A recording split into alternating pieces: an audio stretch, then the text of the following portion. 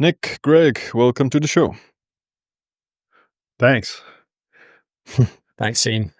Yeah, this is our second roundtable. First of one was hosted by Greg about supplements. We got pretty positive feedback on it, so we decided we'll do a follow-up and do this one on exercise, which is a bit more, let's say, powerful than supplementation, as we would all agree on. Is just supplements get a lot of more attention and they're very popular. But exercise, in our opinion, I think would be 10x more powerful than all supplements out there when it comes to health outcomes. Do you agree? I know I do, for sure. I don't even know how much I would quantify it as, but 10x even seems too small for me. But yeah, the overall point, absolutely, completely agree. Mm-hmm. Yeah, I think it's hard to put a number to it. And I think the reality is that all dimensions of lifestyle matter, and how much they matter varies a bit between people. So just to give an example, if someone's doing manual labor, then they're already very physically active. So for that person, they might gain relatively more by optimizing their nutrition, whereas a sedentary office worker is going to benefit massively from exercise. And as a general comment, I think a lot of people, they worry too much about their nutrition and micromanage it, and they should take some of that mental energy and focus it on improving their exercise. Yeah, I think like if you're not able to, let's say, do even a few pull-ups or over 10 push-ups or something like that, or you get winded walking up the stairs, then that's the most important thing you need to focus on when it comes to improving your health. And if you just improve your fitness, especially from a low level of health or low baseline of health, then you're going to expect to get the most return to your health compared to some other things. Like people, it's kind of a meme that, biohackers spend hundreds of dollars in supplements, but they're not exercising regularly and they can't run a mile without dying. So, it's definitely one of the biggest priorities, in my opinion, when it comes to health. And physical health fundamentally starts with a degree of a physical fitness, at least like moderate physical fitness. Yeah, I think it also scales up, right? I mean, exactly to your guys' point. When you put in a little bit of effort, you get a massive benefit from it. And as you continue to put in more and more and more and more effort into it, it gets diminishing returns. And it can actually be, to a point where it becomes detrimental. But I think for 99% of people, that is not going to be the case. So it's probably not something to worry about. Mm. I think how we frame exercise is interesting too, because nowadays we speak about it as an intervention, when for 99% of the time that humans have been on the planet, it's been a normal part of our existence. And so really it's only in the last few decades, or perhaps in the last couple of centuries, that we've systematically engineered it out of our lives. And when we add it back in, really we're just adding in a normal part of human existence that we need for our bodies to function well. Yeah, I guess that's a good way to put it, that exercise is a modern invention in that sense that people in the past didn't exercise because they were physically active due to living. But nowadays, you kind of need it to replace that physical activity with some form of exercise. Most of us aren't going to go work on the field or, cut our own lumber or those kind of things, milk the cows or something like that. We will need to incorporate this physical movement or physical stress into our life to prevent our bodies from breaking down with age and to not increase our risk of other chronic diseases that are caused by this modern lifestyle and the modern food environment. Yeah. I like the image of you milking a cow, Siim, as an intervention. Well, the I've ultimate definitely done biohack. it. Yeah, I mean, I grew up in the countryside and, I made the hay, cut the hay, milk the cows, those kind of things. So I'm not foreign to milking the cows. But yeah, we'll discuss things like, how much exercise and what's the sweet spot for exercise a bit later. But maybe we can start with what does the research suggest? What is the health benefits of exercise? Generally people think that people who do exercise regularly, they're healthier, they have less body fat, they have more muscle, those kind of things. But what does it say about longevity and these chronic diseases, things like heart disease or cancer or Alzheimer's? Maybe Greg can start with that. Sure. Yeah. So with respect to chronic diseases, perhaps unsurprisingly, there have now been many meta-analyses focusing on various individual chronic diseases, everything from cardiovascular disease to type 2 diabetes, Alzheimer's, various cancers. And in general, the punchline is that exercise reduces risk of those, often with evidence of dose response. So people who are more physically active have greater protection against those. The size of the protective effect tends to vary a bit depending on the disease that you're looking at. It's probably a little smaller for cancer, for instance, than it is for something like cardiovascular disease. But this is true across different types of exercise. And I think a helpful way to unify that work is to look at all-cause mortality and cause-specific mortality too. And we see the same thing with that. So physical activity tends to have a dose-response protective effect against all-cause mortality.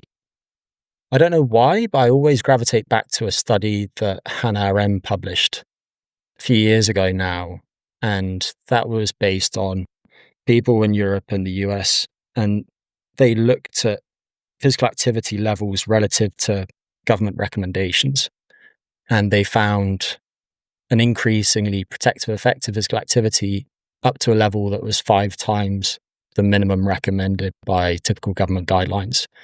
And at very high levels of activity, so 10 times or higher, there wasn't any evidence of harm. So I think for the most part, what people should take away is that being more physically active tends to be better. There are a few more things that I think are worth considering. One is that not all exercise is made equal. And when it comes to exercise volumes, they interact with exercise intensity too. And you can get meaningful health benefits from very brief periods if the exercise intensity is sufficient. And then a lot of the relationship between physical activity and disease risk and mortality is mediated by physical fitness. So you could be a bit less physically active, but if you have very high levels of cardiorespiratory fitness and strength fitness, then you will be well protected against those diseases.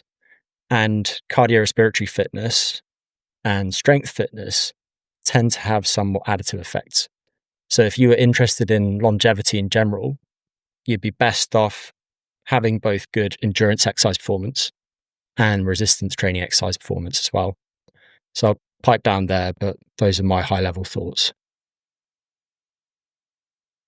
Yeah, I completely agree. I think, to your point, Greg, about all-cause mortality. So when we think of all-cause mortality for the listener, we're thinking about a number of different factors that feed into what could potentially kill you. And if you're reducing cancer risk, you're reducing heart disease risk, diabetes, Alzheimer's, all those different factors, then of course you're going to see differences in all-cause mortality, reductions in all-cause mortality. And it's true, exercise, physical activity, even if we were to take a step back and look at physical activity, which is not necessarily planned activity, we see decreases in almost every single disease state. And exactly to Greg's point, it depends on the disease, it depends on the population you're studying, it depends on a number of different factors. But across the board, in general, exercise and physical activity, whichever you choose, is going to have a significant effect at reducing all these disease states. And the reasons for that, I don't know if we're going to go into some of the physiology, but I'll quick describe just a few of the mechanisms by which exercise can affect these different disease states. So if you think of like metabolic demand. If you think of diabetes, you think of cancer, you think of heart disease, those tend to be pretty interlinked, not completely. There's not complete overlap, but there's a lot of interlinking between them because typically it's people that may be more overweight. They don't exercise. They have this lack of metabolic demand where exercise can be this intervention that causes mass metabolic demand through the musculature. So the muscles start taking up large amounts of glucose. They'll start metabolizing that glucose. They'll start changing the inflammatory profile of the body. They'll exercise will have an effect on the endothelial cells that line your blood vessels, making sure that they open up correctly, that they constrict as they're supposed to.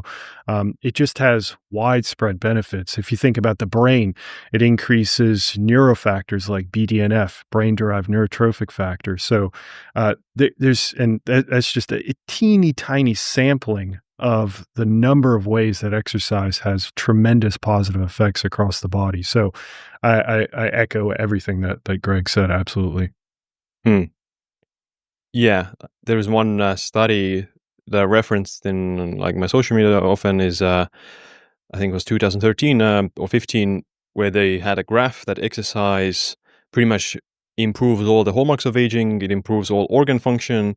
It improves virtually all blood markers. So it is like the magic pill that has this all-encompassing effect, positive effect on the body, and improves just pretty much all health outcomes. And I don't think there's anything that comes nearly as close to that as exercise. Just physical activity that whatever health concern you have, generally you would see improvements in that or some protective effects against future ailments. Maybe with a few exceptions, with some, I don't know, physical trauma or like some injuries, right? And then it might not be the most optimal strategy, but even then, the best way to recover from an injury is to still move the limb to a certain extent. Maybe not to full power or full strength, but even in that kind of extreme situation where you're physically immobilized or injured, then you would benefit from some minor aspects of physical movement or activity.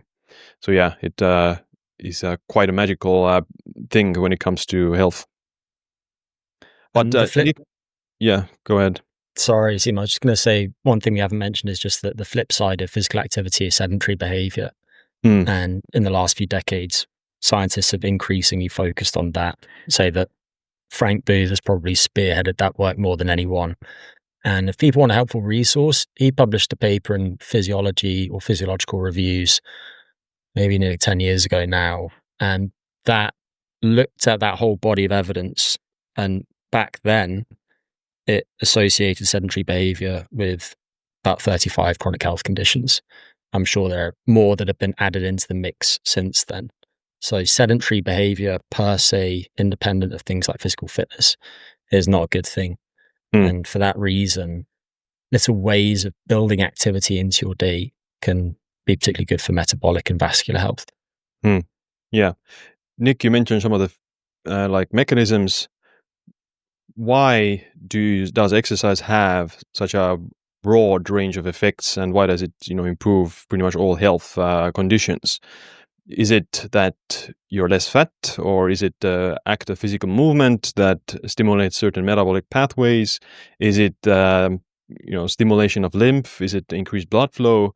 What do you think it is, guys? Is it just the idea of being in better body composition, or is it more related to different pathways that get activated during exercise, or something else? I think it's many different things that you could point to, but if you go broad, you could go into the fact that it stresses, and when I mean stress, just to define that, there's distress and there's eustress. So when I'm talking about more of the positive type of stress, as in you're working that system. So that could be your lungs. It's affecting your pulmonary system. It's affecting your cardiovascular system.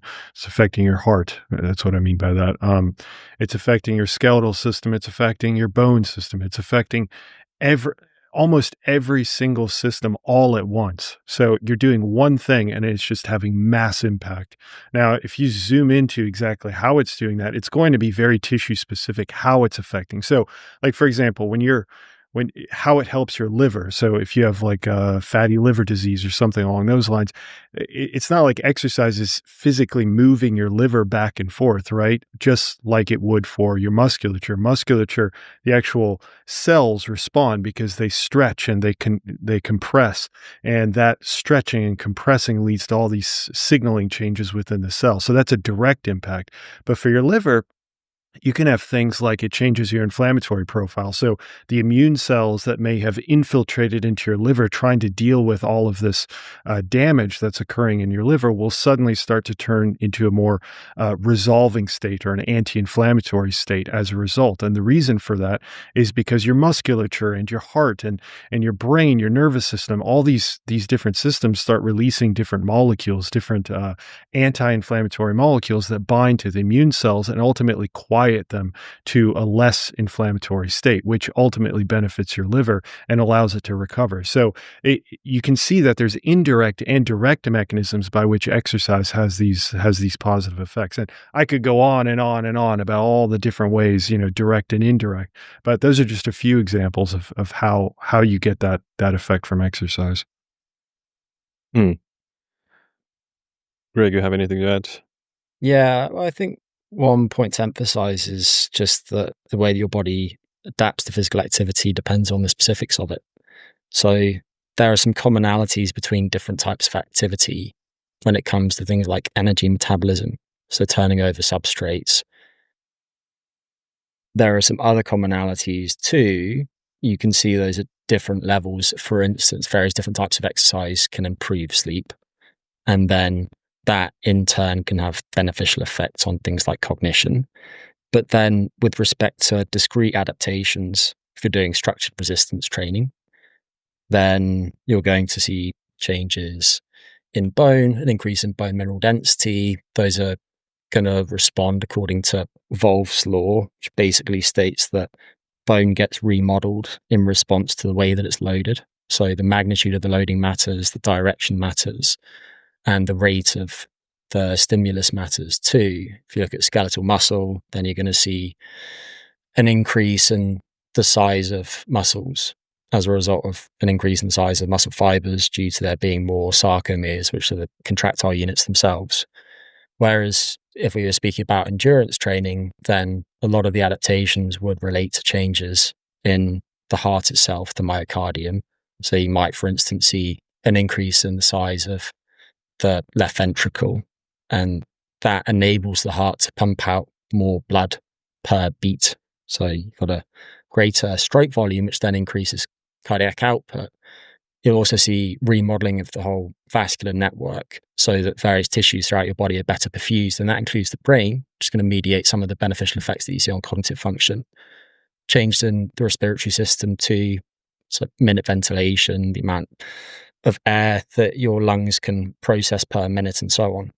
So it really does depend on the type of exercise. And for that reason, if you're interested in supporting the function of all of your organ systems, then arguably a combination of different modes of exercise is going to be best. And I mentioned resistance training and endurance training there, but there are benefits to be had from stimulating the body in other ways too. For example, improving joint range of motion if you have limitations at certain joints, challenging your balance, challenging your coordination, your timing, and so on. Yeah.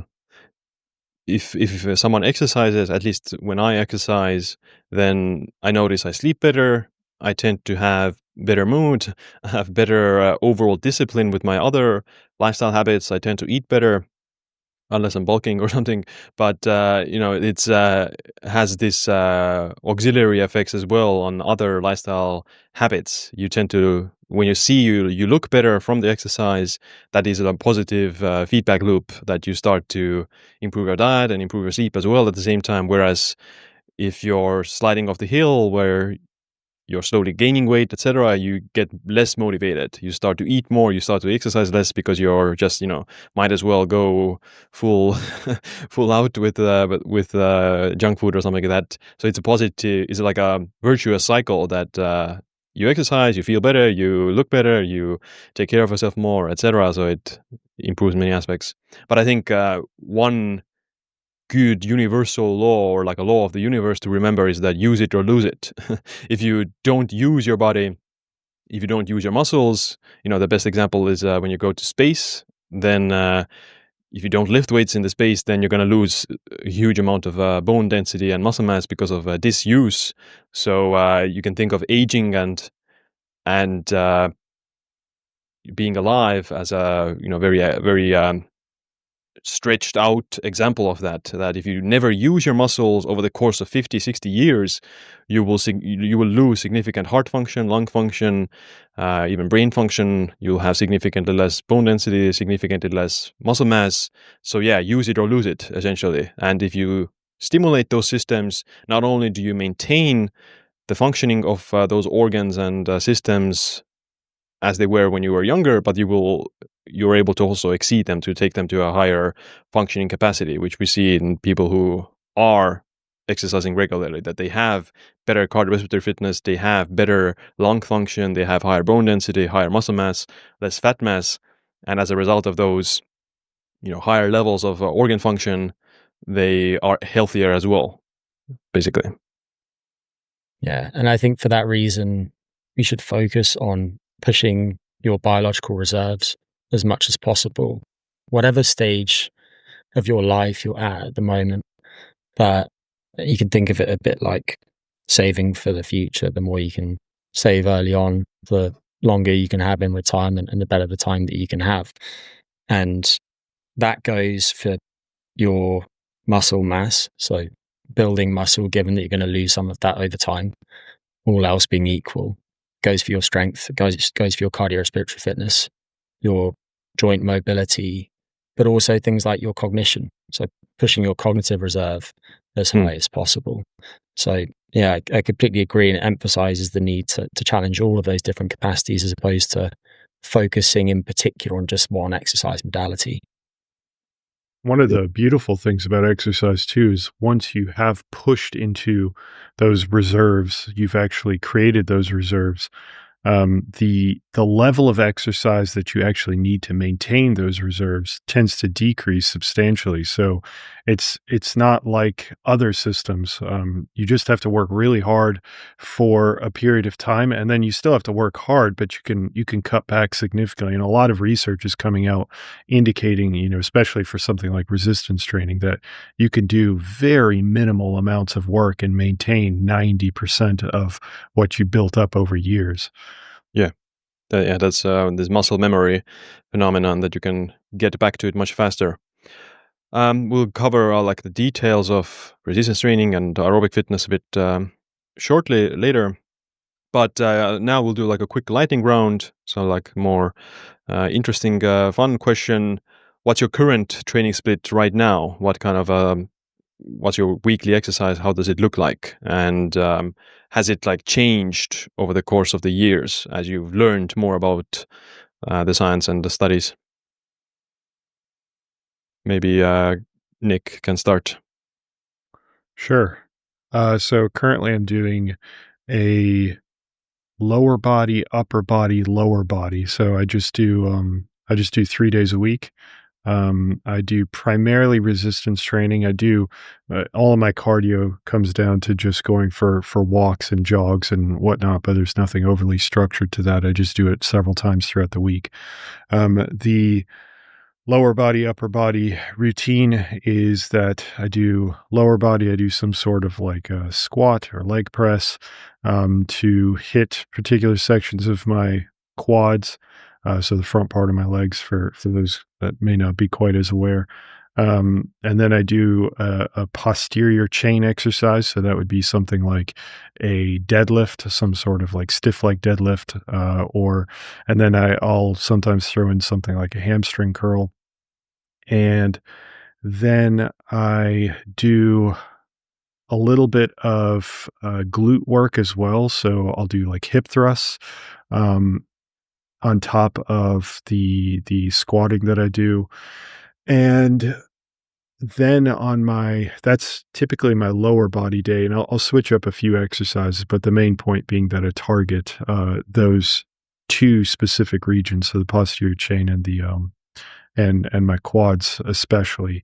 And I don't do a whole lot of sets. I try to keep each workout relatively short, so about 45 minutes. So I'll do maybe 3 sets of each, and the intensity is maybe 1 to 2 reps shy of failure. For upper body, I don't do barbells, so I just do dumbbell work. I'll do dumbbell press. I'll do dumbbell raises for my shoulders. I'll do for my back, I'll do things like pull-ups or do lat pull down, things of that nature. I'll do a little bit of arms. I don't think that that's that important, but I do it anyway for vanity reasons. And then from there, I'll do my third lower body. I just focus on lower body a lot because it's my weakest point. So that's why I do that. So and in terms of what I did in the past, I used to be an absolute fiend. Again, I would say 100% based on vanity reasons when you're young and dumb. So I used to work out 2.5 hours a day to even sometimes 3 hours a day, just every other day. So I started out with a bastardized version of the 5x5 program, like the starting strength.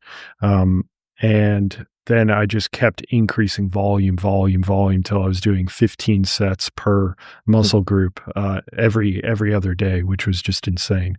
And I've learned from my mistakes since then. And I can tell you that my results doing much lower volume have been identical, at least the maintenance has been identical to what I've been able to achieve, especially from a strength standpoint. It's actually gotten better doing lower volume. So I know it's a lightning round, so I'll leave it there, but that's a general idea of what I do. I could certainly talk more. Yeah. What about you, Greg? So right now I'm in England. I'm pretty itinerant. I move around a lot, and therefore my exercise varies quite a lot depending on where I am, access to gyms, that type of thing. If I was permanently here, it would be a lot better structured, and I would periodize it in a way that I would hope would be semi-intelligent. But right now, given that I'm back in England for 6 weeks or so, I'm training upper lower as well, 4 days a week. And I have 1 day of moderate intensity continuous training during the week, just using the stepper. I like that because it's less likely to produce interference than something like running where you do more muscle damage. The resistance training sessions take about an hour. The density is very high. Volume per muscle group is probably 10 to 20 sets. The loading parameters, probably 5 to 20 rep max loads. It's a mix of some strength oriented work, which tends to be movement pattern focused. So trap bar deadlifts, front squats, reverse grip bench presses, seated rows, pull-ups and overhead presses with some higher rep single joint stuff. And I'll do some stretching for all muscle groups at least once a week, throw in a little bit of mobility stuff, which is mostly focused on my thoracic spine because I'm 6'4", so I get kind of bent over because the rest of the world is full of midgets. And that's pretty much it. And then otherwise, how has that evolved over time? It's changed a lot. I mean, I became interested in health and fitness when I was 12. I always joked that I had a misspent youth, and I started lifting weights when I was 13. Not that you would be able to tell. It's not like I'm some massive bodybuilder, but I've tried pretty much every type of training under the sun over the years, including some impressively stupid training programs. So now at this point, hopefully I'm somewhat sensible and managed to balance things relatively well. And I enjoy it. So that's important to mention. And the way that I train, I wouldn't recommend to other people necessarily. It's based on what I enjoy, my health status, which is very good compared to most people, and the amount of time that I have available, as well as access to equipment. Yeah. I started lifting weights when I think first time I did was when I was 16, but I didn't do it consistently. And I started doing it more consistently when I was 18.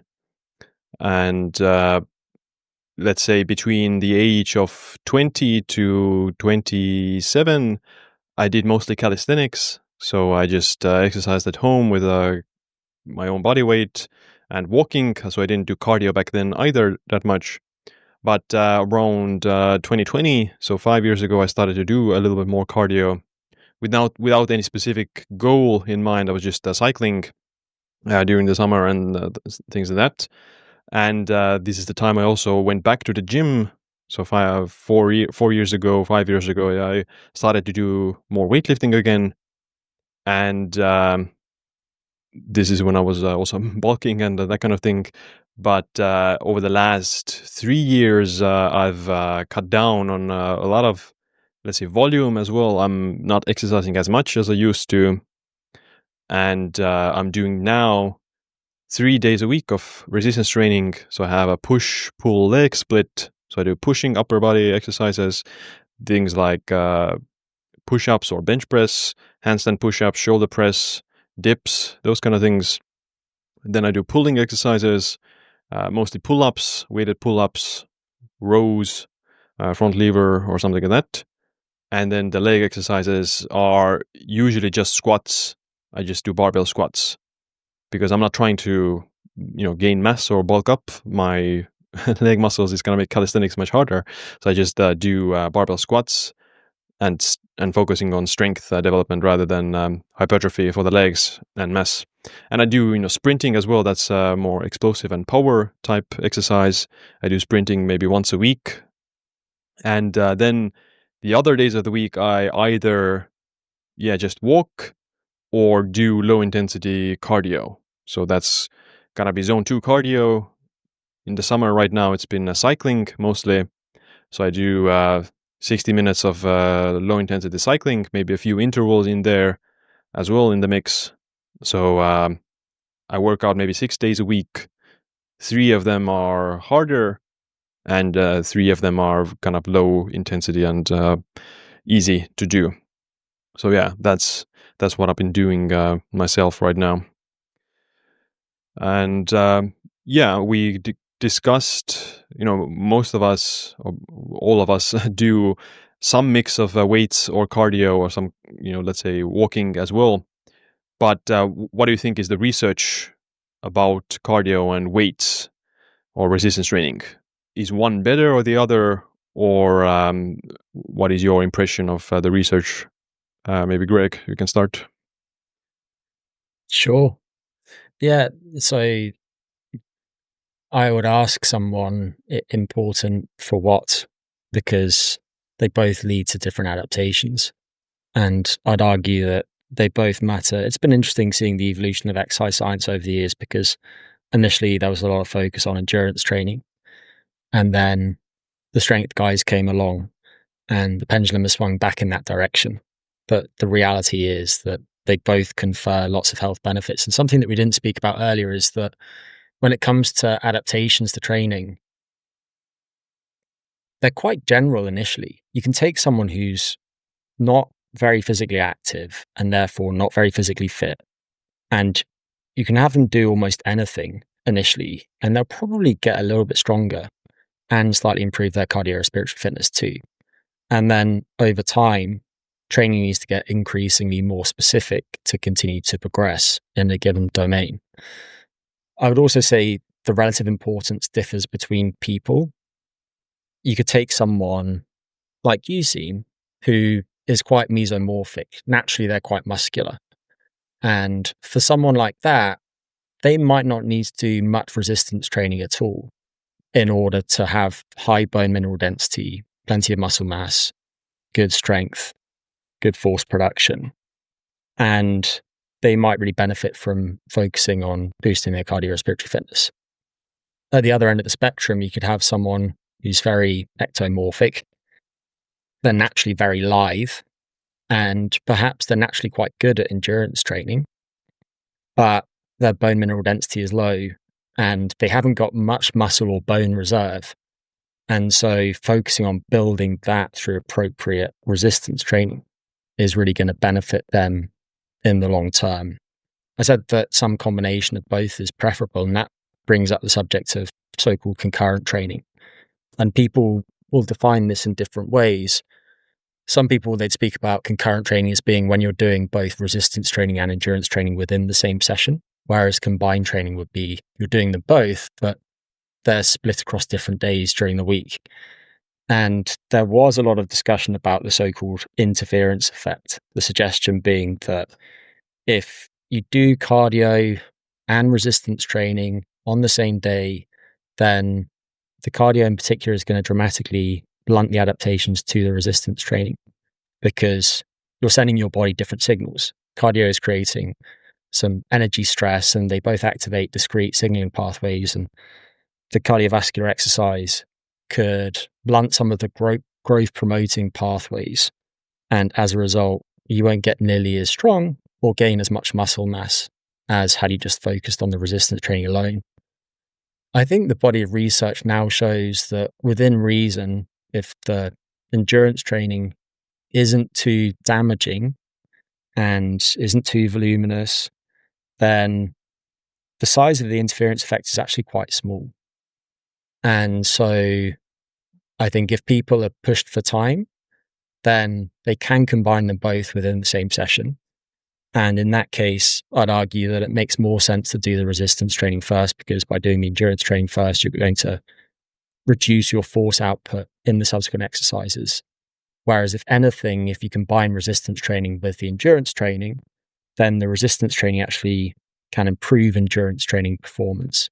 We see that in elite endurance athletes too. If they add in resistance training, then they might be able to produce a little bit more power late in the race, and their exercise economy might be slightly better. Data on injury risk is somewhat mixed. So to summarize, I would say the relative importance differs between people. Both are important. So doing some assessment of your preferences and your needs. So are you relatively strong, but your cardiorespiratory fitness isn't very good, or vice versa, before starting to think about how to optimize your training program makes a lot of sense. I've learned that we have to stop letting Greg go first because he offers such nuanced answers. Yeah, I mean, again, I completely agree. I think the first question that a person should ask, I understand we're trying to go through question by question, but typically, when you're prescribing exercise, or I suppose that's true of any sort of prescription, you have to understand what the goals are. So if a person wants to just generally be healthy, healthier than their current state of being, then just a simple, very simple mixture of the two is going to offer the most bang for your buck. And then, exactly to Greg's point, if you do one or the other, they tend to translate a little bit across the board if you're pretty untrained. However, as you get further up, then you start to have more and more specificity as you start to decide, okay, well, I'm dealing with osteoporosis, so what am I going to do with that? Then you probably try to slant a little more training towards like resistance training, and you probably change how you do the resistance training as well.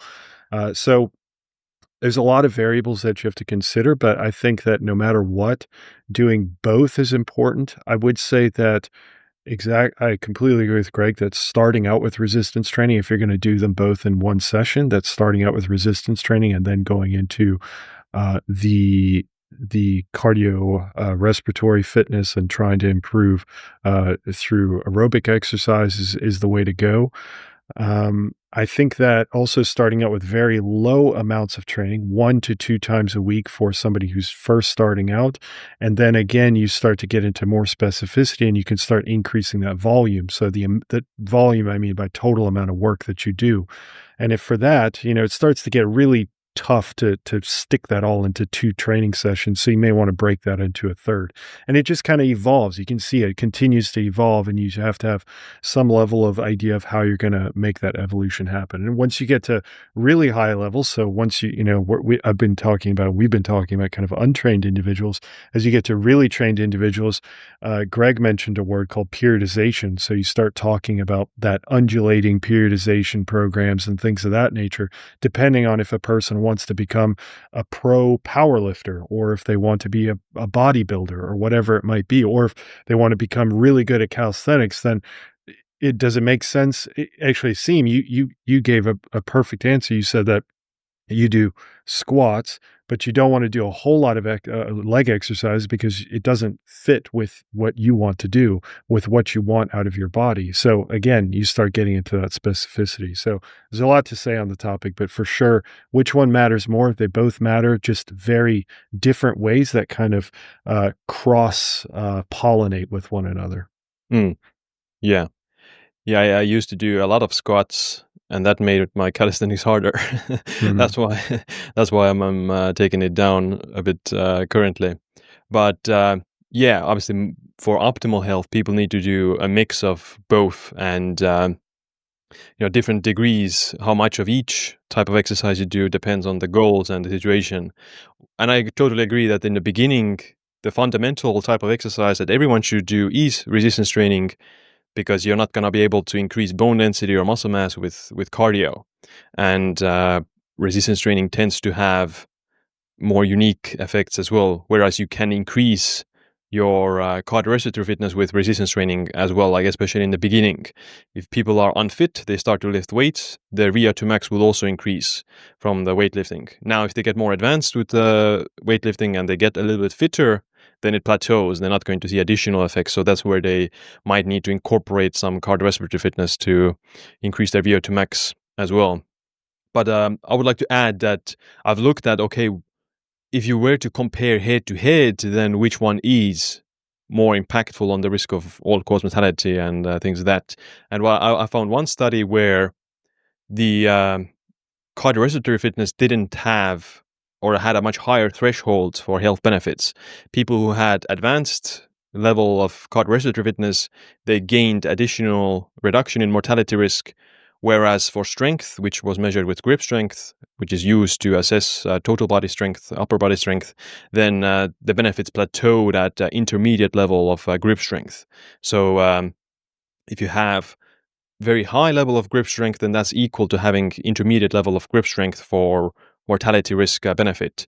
Whereas for cardiorespiratory fitness, having high, like more advanced level of cardiorespiratory fitness provided greater risk reduction than intermediate level of cardiorespiratory fitness. So at least my takeaway from that was that yes, both matter, right? If you combine both, you see additional benefits on your mortality risk, but with strength, there appears to be a smaller ceiling, or like a lower ceiling, where you get the maximum benefits.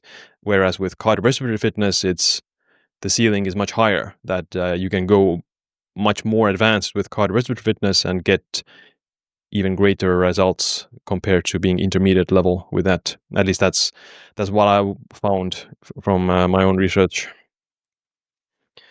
Siim, do you mind if I just gently push back against something that you said? Yeah. I realize I'm probably nitpicking here, but people can actually get stronger from doing endurance training if they haven't done any. And that's most true of sprint interval training and high intensity intermittent training, which we might come back to.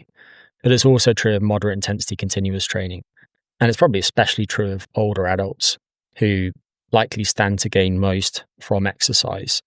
So if someone is really quite deconditioned, to use a nerdy term, then even endurance training could actually get them stronger. There's also an interaction with the type of exercise. So returning to concurrent training, the jury is still probably just out, but if anything, running exercise tends to produce more interference than cycling, because running produces more exercise-induced muscle damage. It's harder to recover from. Whereas with cycling, a lot of people could do cycling alongside their resistance training, and they won't get particularly sore, and they won't notice any effects on their lower body strength. So the modality does matter too. And then with respect to the relative importance of those different types of exercise and different fitness characteristics, I'm guessing that would interact with the population in question too, and their existing risk factors, bearing in mind that some populations have, in general, slightly greater cardiovascular risk than others. And there are other factors that are environmental that can influence people's fitness. So how walkable the neighborhood is, the altitude that they live at, and so on. And that could have some bearing on the type of exercise that's best. So I don't mean to be pernickety, right. But it just emphasizes the importance of bearing the individual in mind. Yeah, I guess rowing would be a good way of doing cardio if you're not doing weights, because you're getting upper body strength as well from that. Whereas, for running, you're not going to increase your biceps.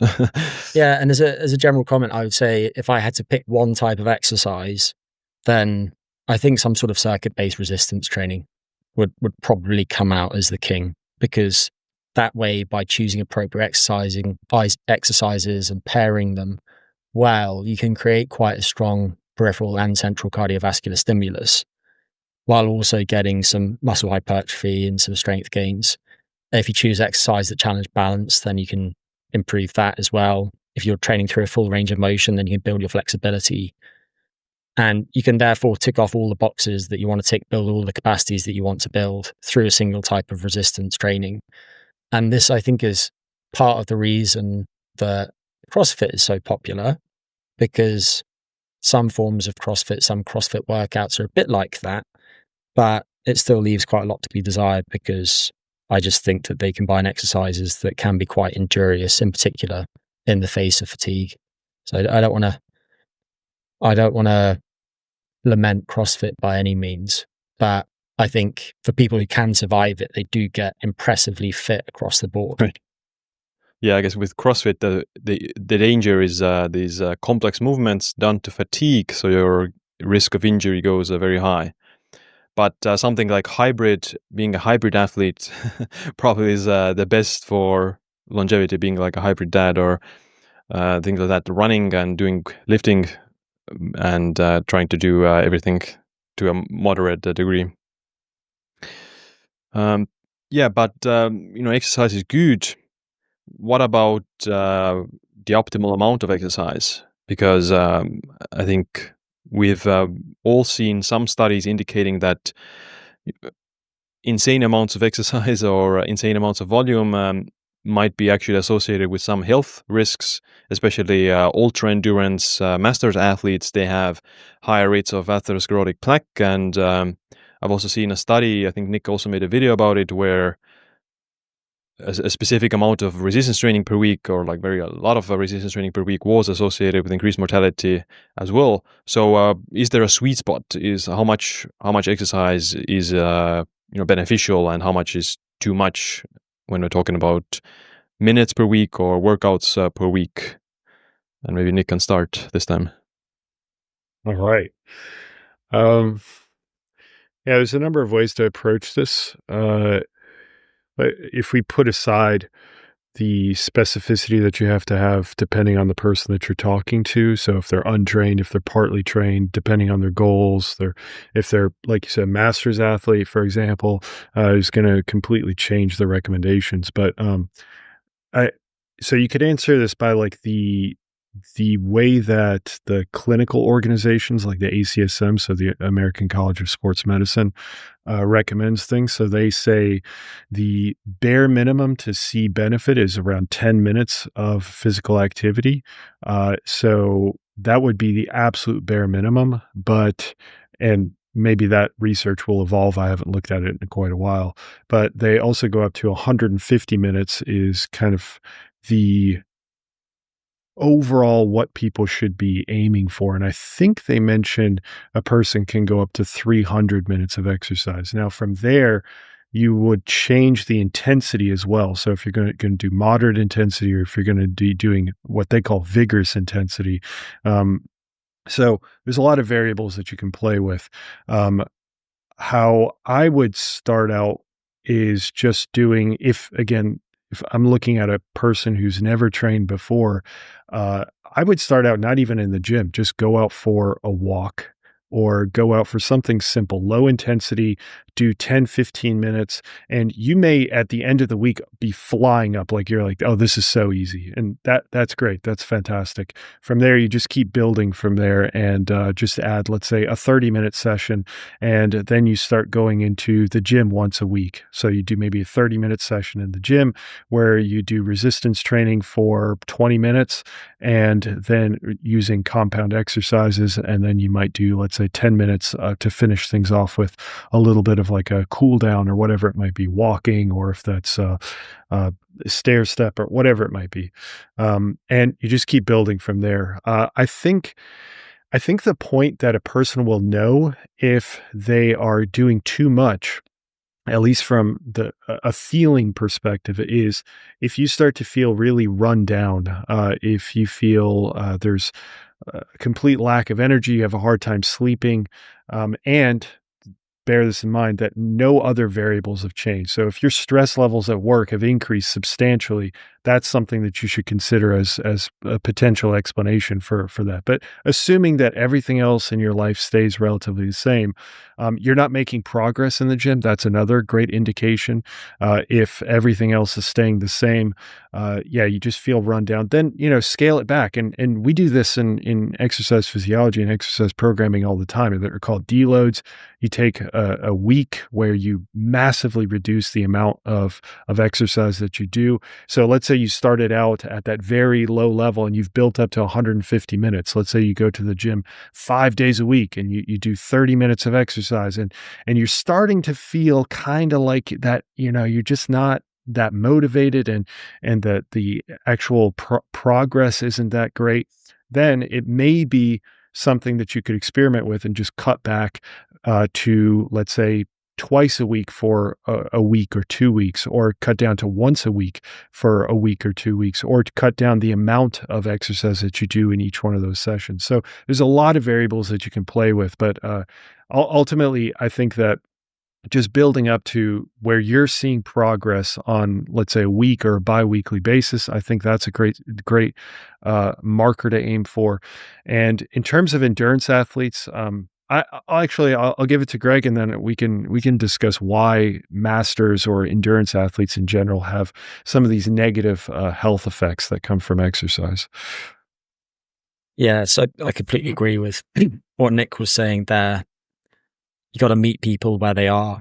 And so if you've got someone who's not doing any structured exercise at all, then initially they might do a single work set per muscle group per week.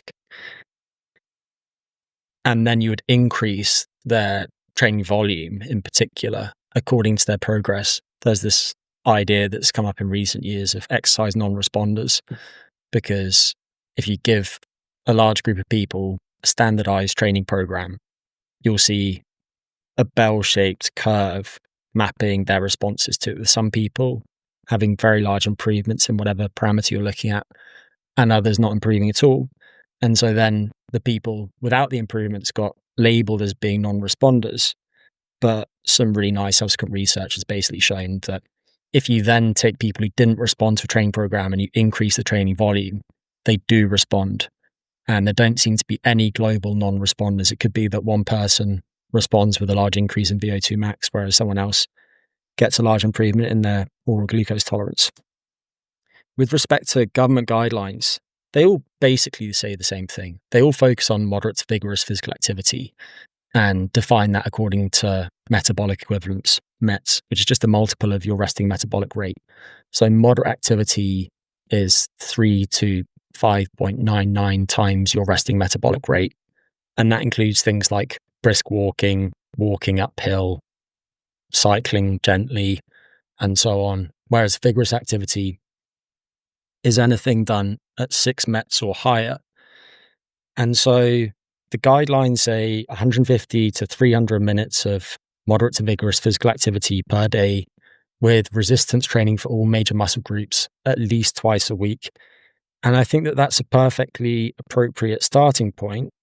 But there was an analysis that came out not long ago looking at the proportion of people that actually meet those guidelines. And based on a data set including more than 3 million people, 17% of adults meet those guidelines.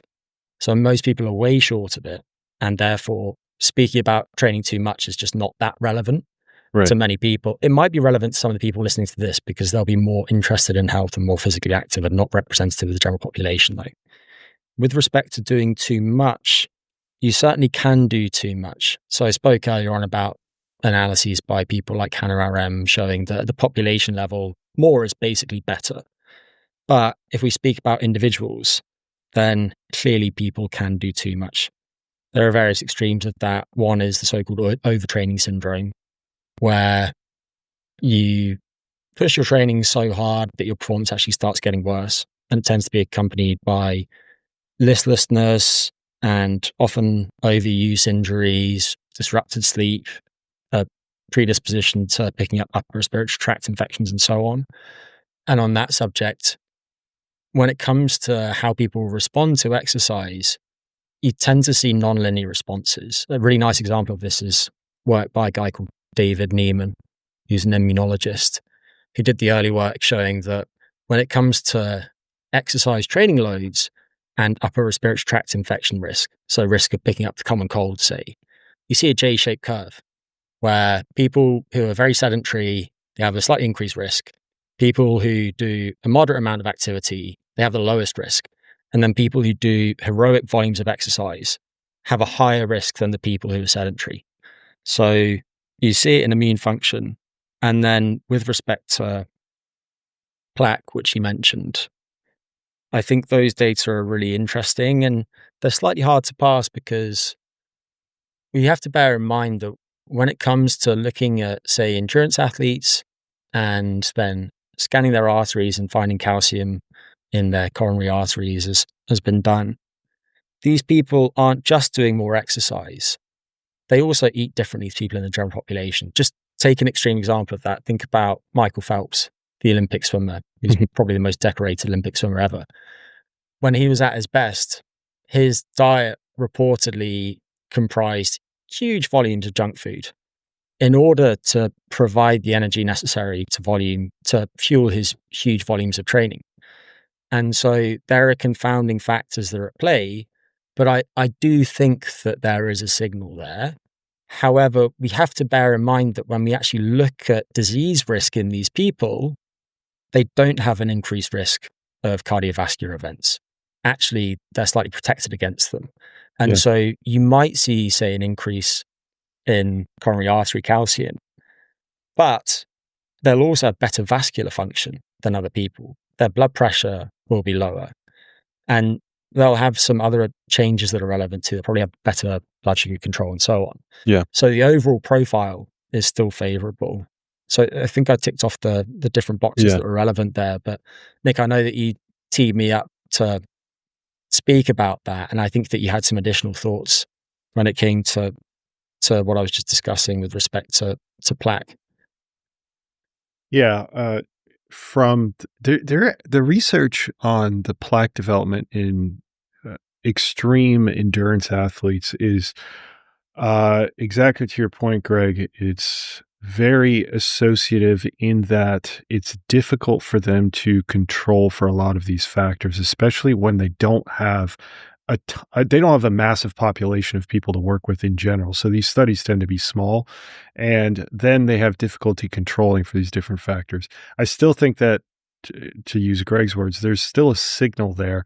So there's two things that I wanted to say. One is that even though there's plaque, when they compare against, let's say, similarly aged individuals, and, with us understanding that there's confounding in there, they tend to be more calcified plaque. So it's actually more, I don't want to say beneficial, but it's just better quality plaque, as in less likely to rupture, which ultimately leads to these cardiovascular events. The second thing that I wanted to point out was that the thing that I have looked into more is the fibrotic nature around the heart that can occur from some of these ultra endurance athletes. In that scenario, they do have at least some mechanistic data to substantiate as well, that I don't remember the exact signaling, but there's some sort of effect that occurs from constantly stressing the heart to a point where you have more activity of fibroblasts, these particular cells that ultimately lead to a deposition of fibrotic material in the heart, which can lead to some problems in terms of like signaling and whatnot of the heart. Again, to specifically say that that's going to be devoid of confounding factors and whatnot is really tough to say. So I think that, like Greg said, there's a signal there, but I just don't think that the research is fully fleshed out. We'll just put it that way. I would Yeah. also draw. Sorry, Siim, go for it, mate. No, I was going to say that I agree that there's quite a lot of those studies finding these ultra endurance athletes having higher plaque, but yeah, it's more stable, it's less likely to rupture, and they still have a total lower risk of cardiovascular events. So even if exercise were to be quote unquote excessive amounts of exercise being bad for you or in terms of increasing atherosclerotic plaque, it still lowers your total risk. So it's still a net positive in that sense. And like Nic said as well, there's so many other confounding variables that it would be hard to say that it's the exercise per se. Maybe it's these ultra endurance athletes that are, drinking these gels or something, sugar drinks or something like that. Maybe it's that. Or eating, enormous amounts of junk food after running. So if you're doing a marathon, but you eat a ton of McDonald's after that, then maybe that's the issue. But most people are not going to reach that to begin with. So when you have this is the threshold that it becomes harmful, then most people are 100 meters away from that. They're not nearly even close to reaching that threshold where it might be harmful. I was going to say I would be quick to draw a bright line between people, say, running marathons and ultra athletes. I've worked a bit with ultra marathon runners, ocean rowers, ultra athletes in general. They are a different breed, and their nutrition is not always stellar. They're not as professional athletes, and that's understandable given their competition and so on, as some of their counterparts who are competing in shorter events. I also think that we need some longitudinal studies on these types of people. I know that there's the cardio study, but on people following their training and then looking at how that relates to changes in the myocardium and so on.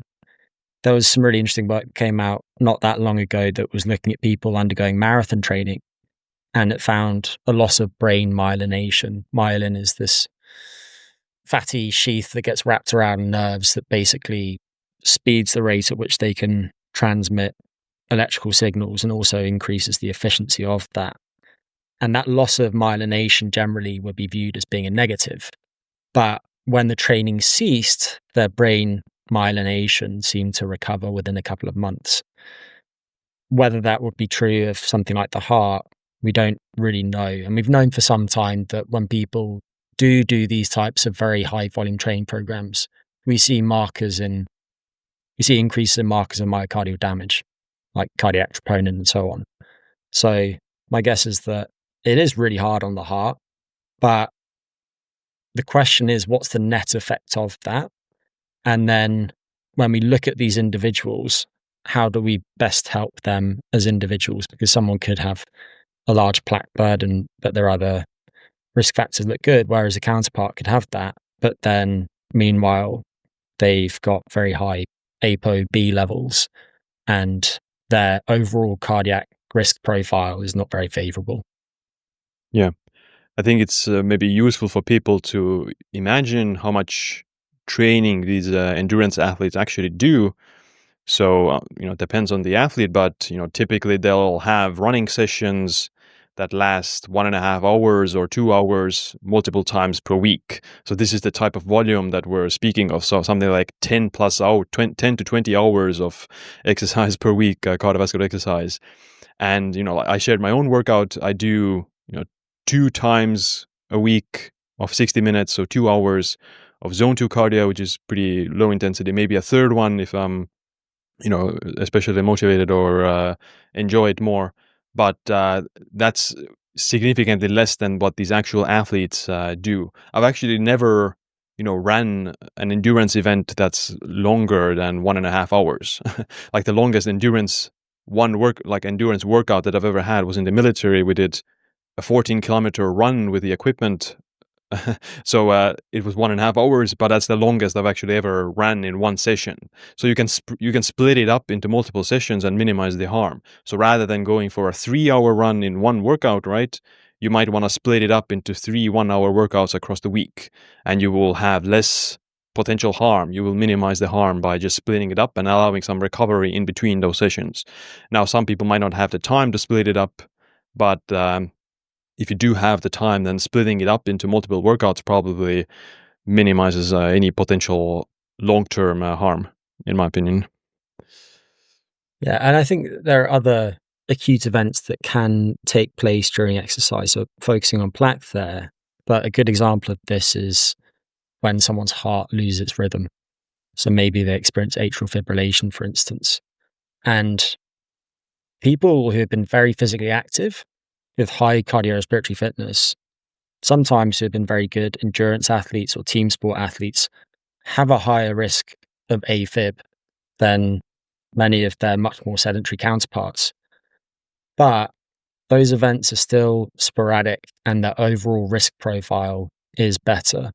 So again, I think we have to think about the long-term trajectory, but suffice to say, problems do occur when people do high volume, high intensity endurance training. Yeah, there was one review by James O'Keefe a few years ago, 2023, I think, that looked at the biggest studies on risk of heart disease, mortality, and exercise over the last 5 or 10 years.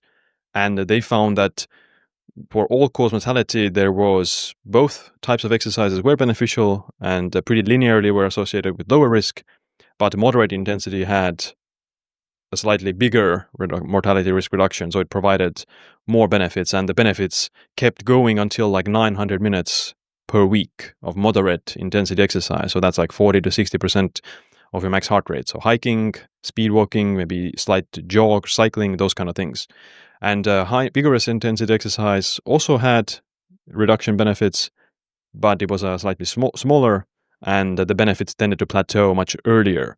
So what I remember from reading that study was that, okay, I'm going to actually, rather than trying to add more high-intensity exercise to my weekly workout, I'm just going to cap it at whatever 3 times a week, 4 times a week, and the rest of the workouts, if I want to do more workouts, I'll just do moderate intensity, lower intensity physical activity just to move more. At least that was my takeaway from that study that inspired me to change some of my own routine. I think that makes sense. Yeah.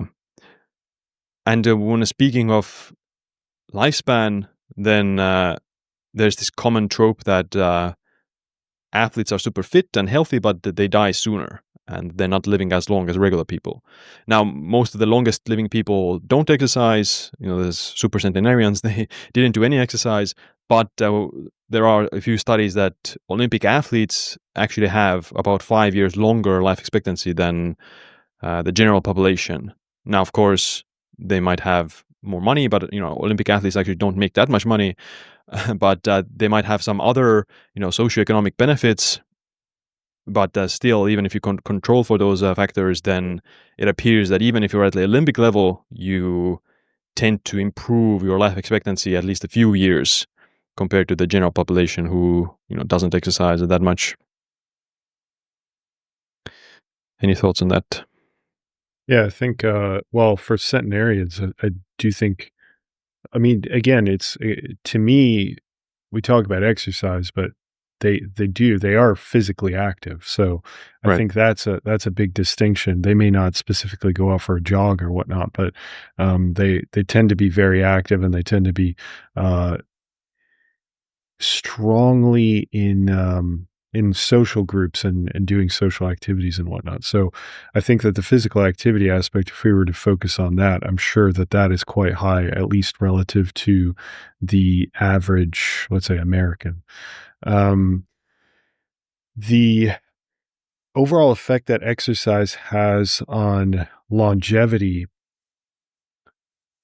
I think in general, it tends to improve longevity, and then of course you can go into the health span differences as well. So health span, we've been talking about that essentially this whole time, that you get all these improvements in the quality of your life due to exercise. So I think that part is pretty set in stone, at least in my mind. The actual extension of your life, I think that for the average person, there's no doubt that it extends your life. I think maybe I could see an argument, although I don't really have a strong one at the moment. If you wanted to live the absolute longest possible, then potentially certain exercises may get in the way of that. But probably not the exercises themselves, but probably the habits that go around that kind of mentality. So it's tough to tease out. I think, but on average, I think that people who exercise just live longer and they live healthier lives and typically happier lives. Not to say that it's going to cure every mental health issue or anything like that, but yeah, just on average, it's generally a benefit across the board. Yeah, it's more like a spectrum that the worst situation is you don't exercise, you also don't have any physical labor, you're just sedentary, right? That's the worst outcome. And on the other hand, you have this ultra endurance athlete who also eats a bad diet and is very physically stressed out because of that. And in the middle, you have anything that involves moderate amounts of exercise a few times a week, not overdoing it, and having some physical non-exercise type of activity as well, something like walking, hiking, cutting wood or something like that, that all count as a physical activity that improves. And it's generally the trend that people don't do enough of physical activity or exercise, so that generally general population would benefit from more. And it's very unlikely that they will reach this state where they're actually harming their health in most cases. Just to go back to the Olympians for a second, I don't know how much we can read into those types of analyses for several reasons. One of them is that there's a really strong selection bias at play. So if you think about the extremes of this, take the Russian system or the Chinese system, it's basically a meat factory. Like, you throw loads and loads of kids very early in life into very strenuous training, and the strongest survive. It's a numbers game. So the people who have managed to withstand that probably have really resilient biology. I think there's also going to be a lot of sport specificity. So to take an example, my guess is that a decathlete or a heptathlete is probably going to have a longer lifespan and health span than a super heavyweight Olympic weightlifter. Right. So we need to bear that in mind, because I think those types of studies, they often draw a lot of attention from the media because they're cool. People want to see what Olympians are up to and find out about the extremes of their biology. How high is this person's VO2 max? How much can that person squat? But I don't know there's that much that most people can learn. And going back to the centenarians, I've never looked actually to see if anyone systematically studied this, but my guess is that a really big contributor to their physical longevity is they probably haven't had any really disabling injuries, because you pick up a knee issue in midlife and you don't treat it well, don't go through appropriate physiotherapy and so on. And it gets worse and worse, and then you start shifting around how you load your different tissues, and then you end up with a hip problem and an ankle issue.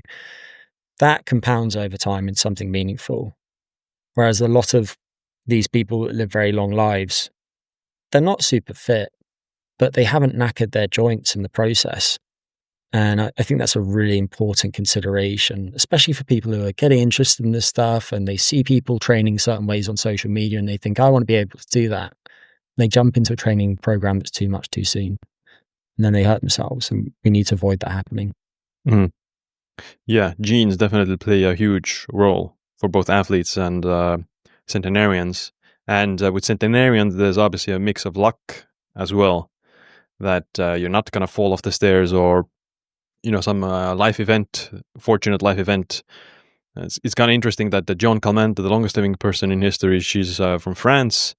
And, she lived through World War II, so that she was kind of lucky in that sense that she actually survived that period.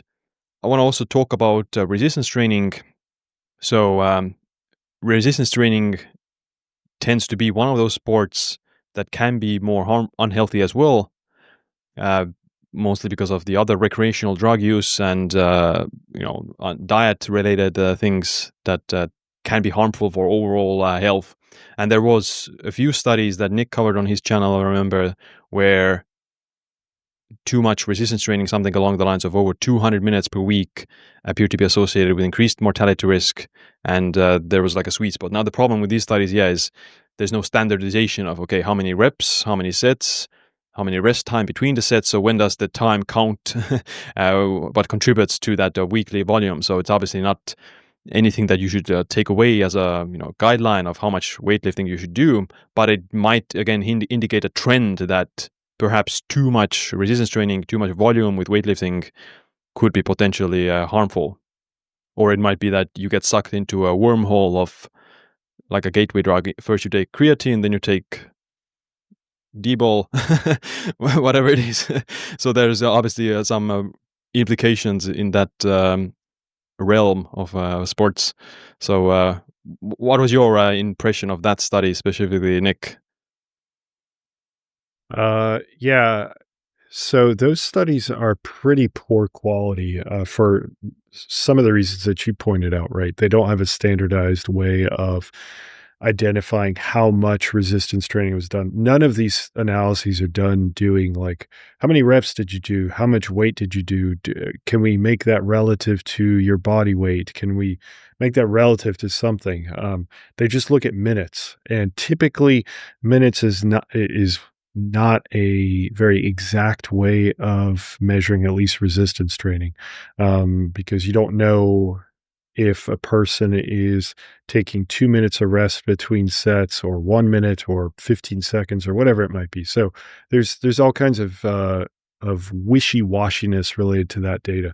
But beyond that, the analyses too, those specific analyses that I looked at, they were simple associations. So they didn't do any sort of adjustments or anything of that nature. And even if they did, there's a lot of things you have to adjust for, and there's a high likelihood that you're missing something that could be tracking that you're just not you're not addressing.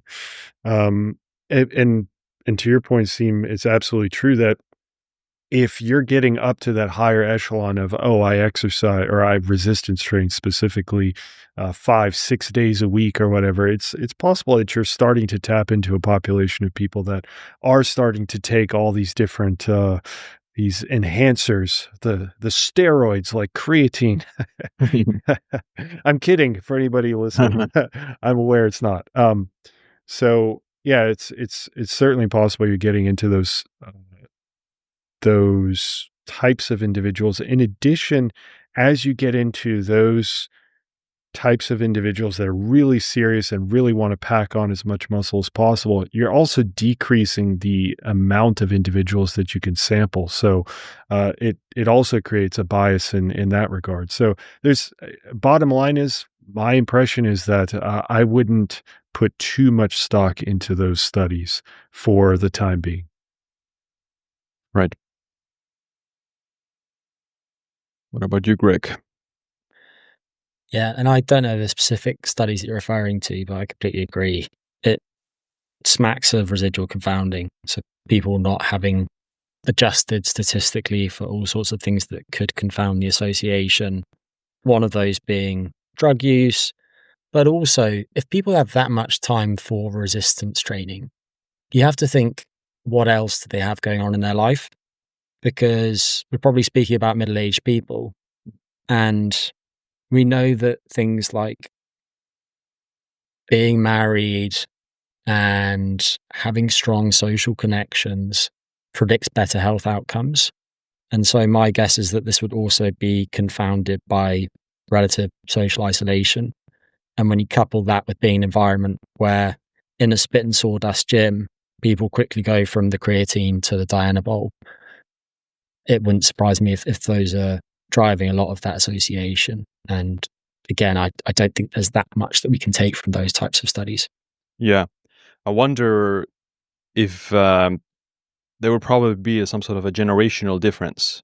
I would imagine in the early 2000s, when these people probably started lifting weights in that study, the gym culture wasn't that mainstream. It was kind of, underground, and only the gym rats and more like hardcore bodybuilders were doing, which, there's a short pipeline to anabolic steroids from there.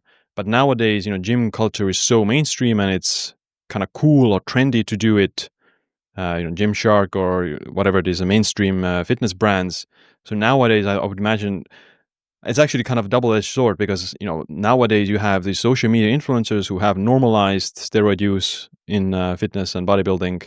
They actually share what they're taking and stuff like that, and a lot of young individuals are inspired by their physiques or whatever, and they're more likely to actually start using steroids as well, because in the past no one was talking about it. It was kind of considered illegal, and no one even dared to mention it. But whereas nowadays you have every third social media fitness influencer, bodybuilder influencer is open about their steroid use and taking things. Or nowadays it's TRT. Yeah, if you take TRT, you're actually natty still. But the point is that I would imagine, I would like to know, maybe in 10 years, if there is another study like this, is there any generational difference? Is it that more regular fitness people are just lifting without taking steroids and they're just doing it for the health? Or would you see that actually more and more people start to use different types of performance enhancing drugs? That would be kind of interesting to see. But bodybuilders are notorious for not living very long. So you don't see a lot of super old bodybuilders.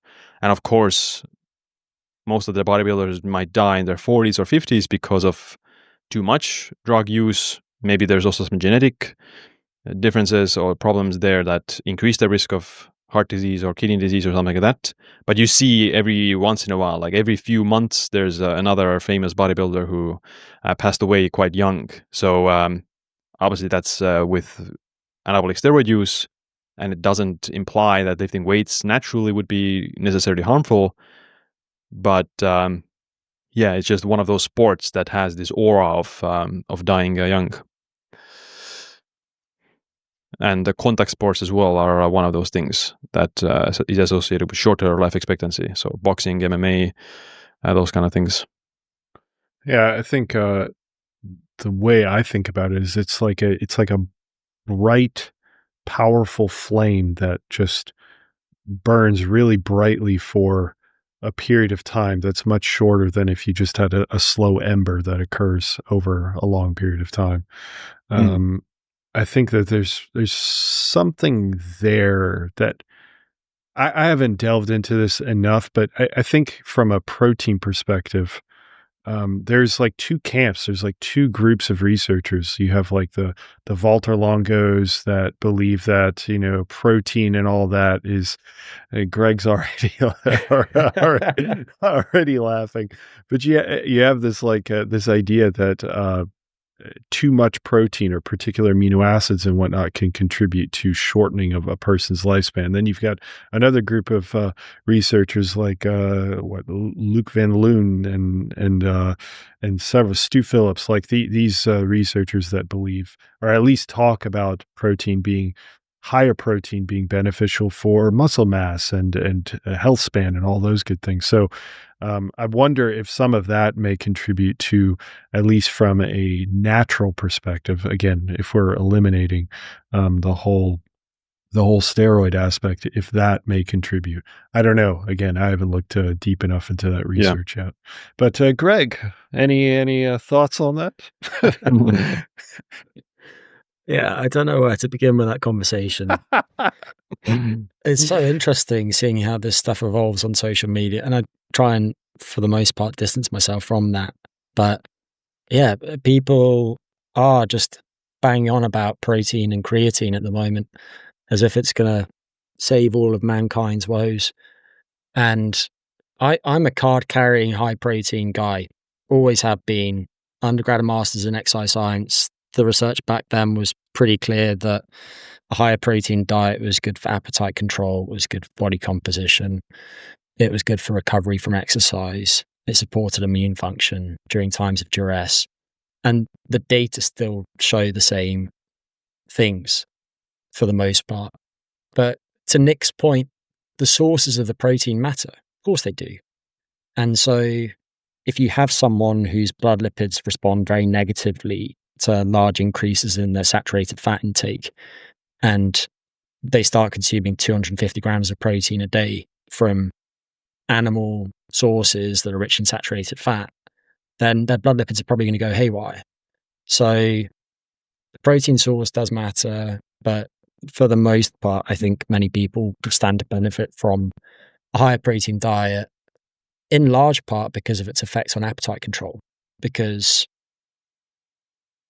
a positive energy balance in the long term and the increase in adiposity that follows is upstream of so many different issues, whether it's increased risk of diabetes, Alzheimer's, the list just goes on and on.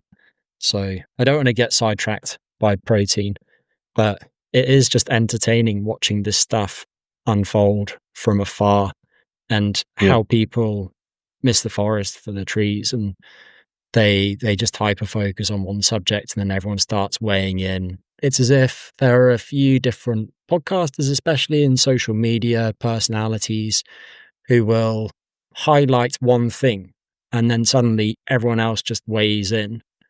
And it's quite funny to watch, but it's also frustrating because you think this is a really big forest and it's helpful to understand something about how to navigate all of it as opposed to just the protein tree. Yeah, it's like, the outcome is what matters more, that people with more muscle mass tend to have lower mortality, especially in elderly age. Now, of course, it's not necessarily, doesn't mean that you need to be a bodybuilder in terms of muscle mass, but elderly people who do have slightly more muscle mass and muscle strength have lower mortality and lower rates of other chronic diseases and increased quality of life and health span as well as a result of that. So you do need to do some form of resistance training to mitigate the muscle loss and bone density decrease that happens with age. So some amount of resistance training is quite fundamental. I would imagine, especially after the age of 50. Maybe before 50, you can get away with not lifting weights. Ideally, you should still do it, but after the age of 50, it pretty much becomes a must for anyone who wants to increase their health span, especially.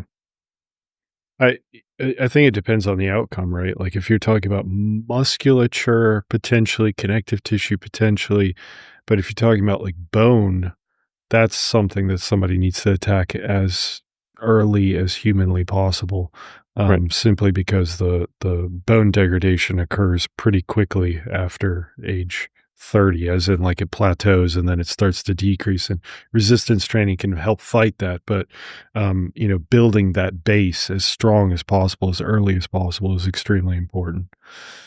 Yeah. Anything else specific about resistance training? So what do you think about, is it more important to focus on strength, or is it the muscle mass, or there's also some recent talk about speed and power being also important. So what are your thoughts about that? Yeah, I think it all matters. And also, happily, they all tend to go together. So there's been this debate, again, largely online, about how big a contributor to strength gains and muscle mass are. And there are all sorts of factors at play. A lot of those relate to muscle tendon unit morphology and other things that we don't need to get into. But for the most part, gaining muscle is going to support strength gains. It's also going to support general metabolic health. Muscle is the biggest sink that you have into which to pour the glucose that you consume. So it's particularly important to mitigating risk of things like diabetes. And then with respect to power, again, this is something that exercise scientists have been speaking about for years, but finally the influence of catching up, that tends to go hand in hand with gains in strength too. But there are things that you can do to accentuate improvements in any of those, whether it's gaining muscle or focusing on strength or prioritizing power. For most people listening to this, I don't think we need to be too granular about distinguishing between the three of them. And there are probably a few things that they need to understand, which include training parameters for each of those different outcomes. But also, power for the most part can come along for the ride. If you understand that when it comes to recruiting your motor units, which are the muscles and the nerves that innervate them, it's the intention to move quickly that matters. So you have different types of motor units that differ in how easy they are to recruit. And if you're doing something that doesn't require lots of force, then you'll rely mostly on your so-called slow twitch or type 1 muscle fibers. There's this principle of orderly recruitment that was put forward by Henneman decades ago, in which the recruitment of motor units increases according to the demands of the task. And you start with the slowest twitch fibers, and then you move into the intermediate fibers, and then you get the highest threshold ones. However, if you're trying to move quickly, then you can recruit all of those different types of fibers from the get-go. And so if you want to build your power, you can do that, provided that you're focusing on moving whatever you're moving quickly. And you might not do that from the start of a resistance training program. Let's say that you've not done resistance training before, you're getting accustomed to the new exercises. For the first couple of weeks, you can do those lifting with a relatively slow cadence. But then over time, you can focus on moving the implement faster and still lowering it under control. And that way you can get some improvements in your power. There are specifics we don't need to get into, like the force velocity curve and how training at different intensities can push that around in different directions, but that's only really relevant to athletes.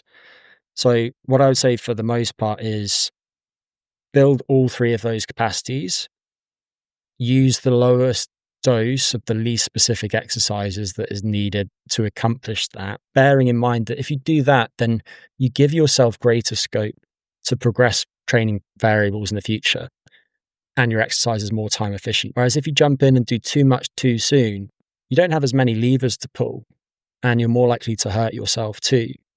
So I think in terms of resistance training parameters for most people, again, if you've done nothing at all, you can start with a single set per muscle group per week and progress from there. And then ultimately, if you're focusing on gaining muscle, then I think the meta regressions largely show that doing at least 10 sets per muscle group per week is going to optimize your gains. Again, bearing in mind this variation between people. A key wrinkle there is that scientists count exercises in a way that doesn't entirely make sense. And what I mean by that is that if you're doing a preacher curl, that is just focusing on your biceps. There aren't really other muscles that are contributing as prime movers. Whereas if you were doing a seated row, it's primarily the shoulder extensors, like the lats, that are contributing to that movement. And your biceps are functioning in an accessory role. In research settings, they would count the seated row as one of those 10 sets per week. So just bear that in mind, because it means that you don't have to do 10 sets of dedicated curls and tricep extension exercises to meet that threshold. But again, work up to that. And then in terms of training intensities, which is typically in this context defined as a percentage of 1 rep max, you probably don't need to lift anything heavier than a 5 rep max at any point in time unless you're actually a strength athlete to get stronger. And doing too much work in that type of range could dispose you to injuries. But the intensity needs to be high enough that you are going to get some sort of strength stimulus. You can get roughly equivalent hypertrophy from using intensities as low as about a 20 rep max, so a weight that you could lift 20 times until you couldn't lift it again with perfect technique. But training at those types of lower intensities isn't going to give you as strong a bone remodeling or strength stimulus. So just bear that in mind. And what that means is that if you want to focus more on hypertrophy while sparing your joints, you can include some lighter training using sets of 15 to 20 and get a good stimulus for muscle growth that way. But if you also wanted to get stronger and more powerful, you might include some multi-joint exercises that are done in the 5 to 10 rep max range and focus on progressing the loads that you use in those over time. And then that's going to provide a good stimulus. And then finally, with respect to power, you can also include some other types of exercise to boost that. And Siim, you mentioned sprinting earlier. Sprinting's great if your musculoskeletal system can put up with it. That's not true of many people. I'm saying this as someone who was a sprint coach for 4 years. And if a lot of people jumped into trying to do 50-meter sprints or 100-meter sprints, they'll probably just strain a hamstring almost immediately. So don't do that. And instead, you can build that power using non-lifting based exercises like various different jumps. And I really like box jumps because they remove the landing component, but they give you a target and you focus on jumping as high as possible. So you get the recruitment that you're after. And then you can also do things like stepping off boxes, catching yourself in a good position. And I won't go into the biomechanics of that. But by doing that, you're giving your bones a very strong remodeling stimulus because the rate of the loading is so high because you're dropping from a height. It's quite different from doing something like a leg press or a split squat or a squat. So including some jumping exercises and some landing exercises can be helpful if you're ready for it. If they're bilateral, so you're using both legs, then the loads aren't so high. So your musculoskeletal system is probably going to tolerate that better. And then for your upper body, it's a little trickier. I don't know if you really need to do dedicated power work for your upper body, but there are lots of different medicine ball throwing exercises that you can include. Again, though, you can just focus on moving the implement quickly. And actually, I think calisthenics are quite nice when it comes to building upper body power because you can do things like push-ups where you're pushing yourself up fast enough that you temporarily leave the ground with your hands. And then you catch yourself, which is giving you a nice bone stimulus as well. And then you can do body row and pull-up exercises where you're focusing on moving yourself as quickly as possible. If you've got sufficient strength to do those exercises as well. So, sorry, long-winded answer, but I would say you can kill 3 birds with 1 stone through resistance training alone if you understand the importance of moving quickly. And I think those loading parameters are a good place to start, but just start with the minimum that's necessary to get you to progress in the different domains that are of interest to you. And for strength alone, that could be a single set. For muscle growth, it's likely to be slightly more than that. For power, the volumes needed are really not very high at all. Yeah, that was perfectly put. I think of the hierarchy slightly differently. I don't. Maybe Greg, you don't think of them as the same either, but I think of it especially from a health perspective. I think that strength is number 1. Power is just slightly kind of head to head, kind of very close with one another. And I put muscle mass further behind. Not to say that it's not important, but I would put it further behind, simply because of the effect that strength and power can have, especially later in life, 50, 60, and definitely beyond that. So how I would structure it for health reasons is to focus on strength. And the beauty of it, just like Greg said, is that you can easily do both of them. I'm talking about strength and power without too much input. You don't have to do tons of volume or anything like that. You just have to focus on intensity and intentionality and the type of exercise that you do. And ultimately you'll get results that will translate for a long period of time, for the rest of your life. On top of that, because as a person gets older, you have to start considering the joint and the problems that a person might experience at the joint. You can still create a program that focuses on strength and power at pretty low volumes and get all those benefits.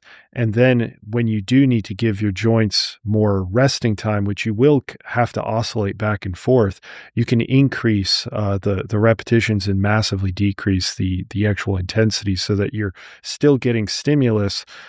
You're just giving your joint time to rest and to get blood flow and whatnot. So, yeah, that's everything else. I mean, that Greg said is absolutely perfectly put. It's just I would probably just prioritize those 2 over muscle mass when it comes to longevity and health span in general. Yeah, I like that hierarchy, and I would make it probably the same, that strength is the most important thing, and power obviously is very close to it and matters a lot as well, and muscle being the least important. But the best thing about it is, if you build strength, then you will increase muscle mass as well. And with muscle mass, there's a lot of talk online that muscle is the organ of longevity and you need more muscle, which is obviously true. Most people need a bit more muscle, but I don't think it's just muscle. It's also the overall body composition. Because if you have a lot of muscle, but you're 20 kilos overweight, you have 20% body fat, then that muscle isn't good for you. Or it's obviously better than being just 20% body fat with low muscle, but excess adiposity at the expense of by getting too much muscle or something like that is not going to be the optimal scenario. So what you want is lean muscle, like lean body composition, adequate muscle, and the strength training drives the muscle growth. Like if you focus just on getting stronger without necessarily trying to pack on huge amounts of mass, that's the most perfect scenario.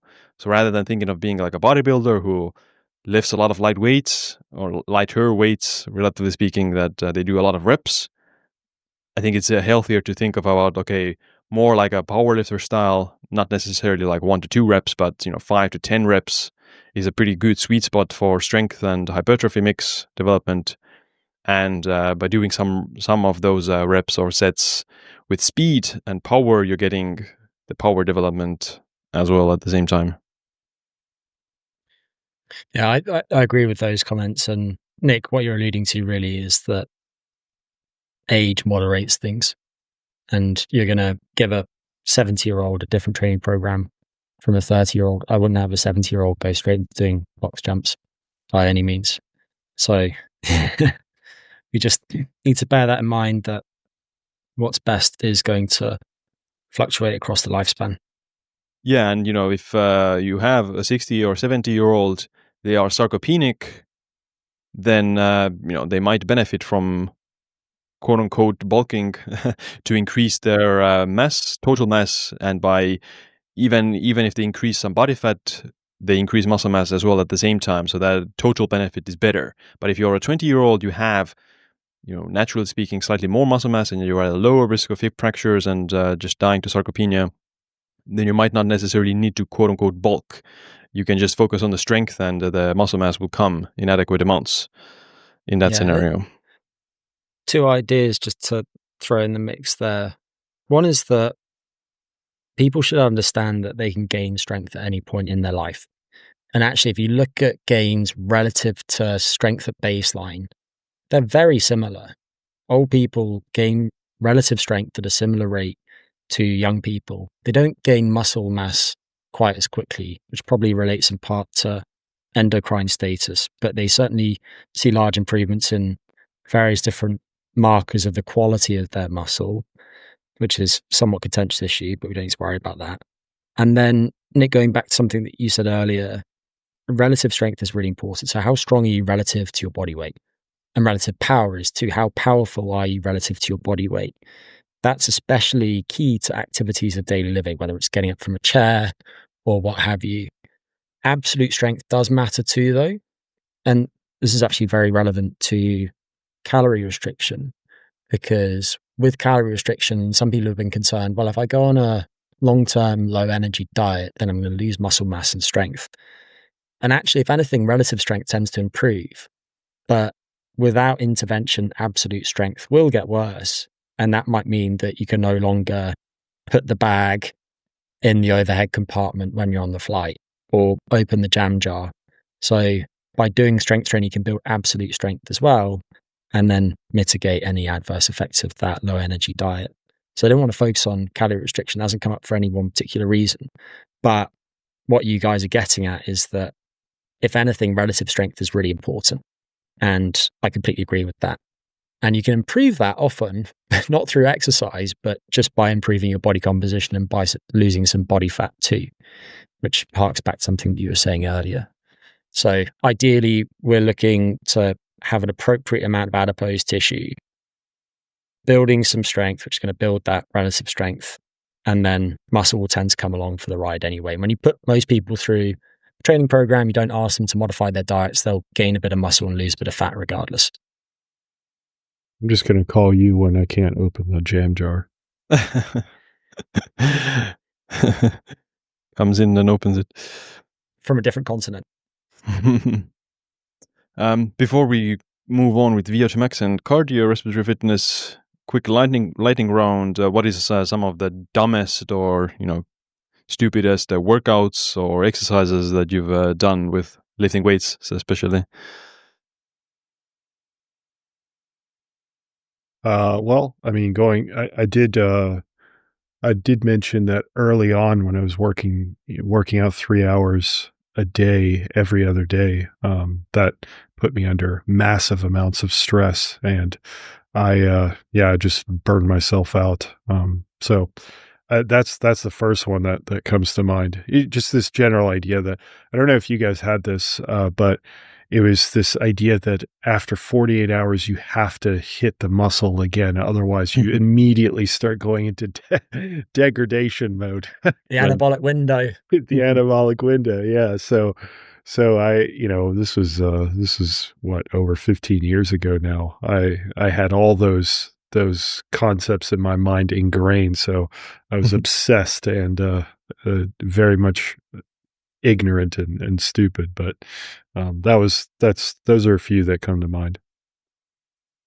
I wouldn't know where to start, Siim, to be honest. I've got a shopping list. So one of them would be, I'm thinking about this in chronological order. One of them would be when I was about 15 or so. I've been reading about German volume training. Charles Poliquin, RIP, was pushing at the time. And I was, for no good reason at all, a bit anti-use of machines. So everything had to be some sort of free weight exercise. So I started trying to do 10 sets of 10 snatch grip deadlifts, which turns out to be not very sustainable. And then first session, I strained the muscle in my back. Another one is I've definitely nearly killed myself a couple of times. One of them was doing bent over rows. So it's interesting seeing the evolution of this exercise too, because everyone's now talking about training at long muscle lengths as a way of stimulating superior hypertrophy. If you look at the old videos of Schwarzenegger and that lot training, they often would do bent over rows. So rowing with a barbell while standing on some sort of block. And I would do these in the gym or standing on the bench and then rack the weight into the bench. And one time I kind of missed, and then I sort of half fell, and the upright support that you put the barbell back onto very nearly went straight into my Adam's apple, which probably would have destroyed my windpipe, which might not have been good. So I've had a couple of incidents like that. I crushed myself out under the wardrobe in Sicily, which I think I mentioned on our previous roundtable when I was doing pull-ups while in quarantine. I was feeling a bit, well, I just wanted to move my body, and having been stuck inside for several days, I thought, I'll do some pull-ups, and then tried to do some pull-ups using the wardrobe, and then pulled this 150 kilo wardrobe onto me and got saved by the bed. Just came away with a fine, fortunately. And yeah, then recently, it's not as stupid, but I nearly broke my wrist a few weeks ago in a gym in Chile doing box jumps. The box wasn't secure and it wasn't heavy, so it just went straight from underneath my feet. And then I landed on my wrist, and it seems okay. And then one more, I remember doing some rear foot elevated front split squats at home during the school holidays when I was about 17. And I lost my balance to the right, and then I just put the barbell straight through my bedroom window. So, it's impressive how thick I can be at times.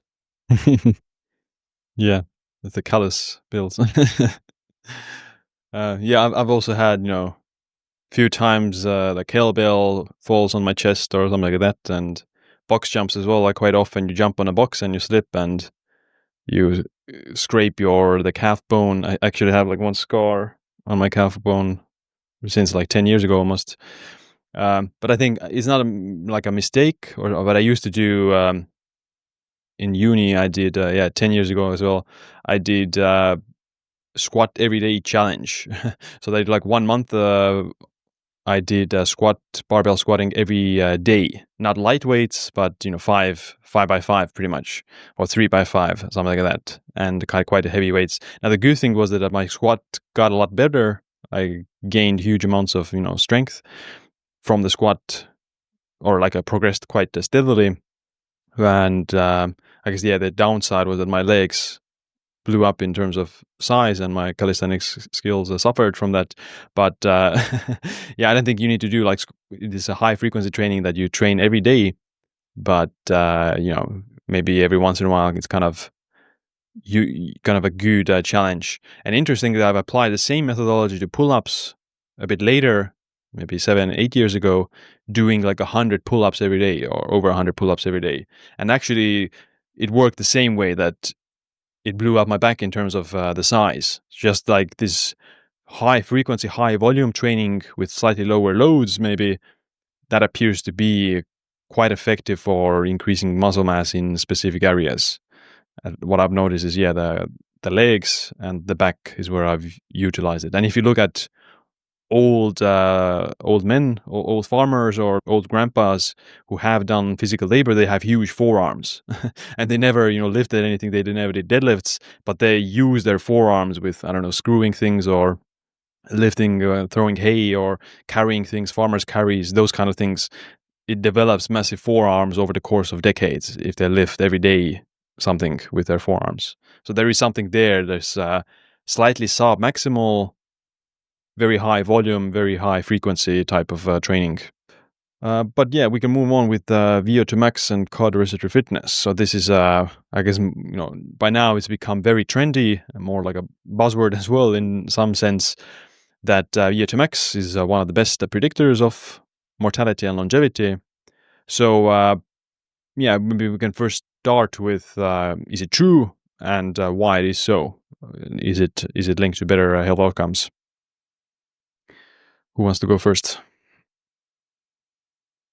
Greg? Nominated. Yes, it is strongly predictive of many different health outcomes. Again, with some evidence of dose response for the most part. And there are some nice analyses looking at its relationship to all-cause mortality. If you add it into existing cardiovascular risk prediction models, it also tends to improve their predictive validity.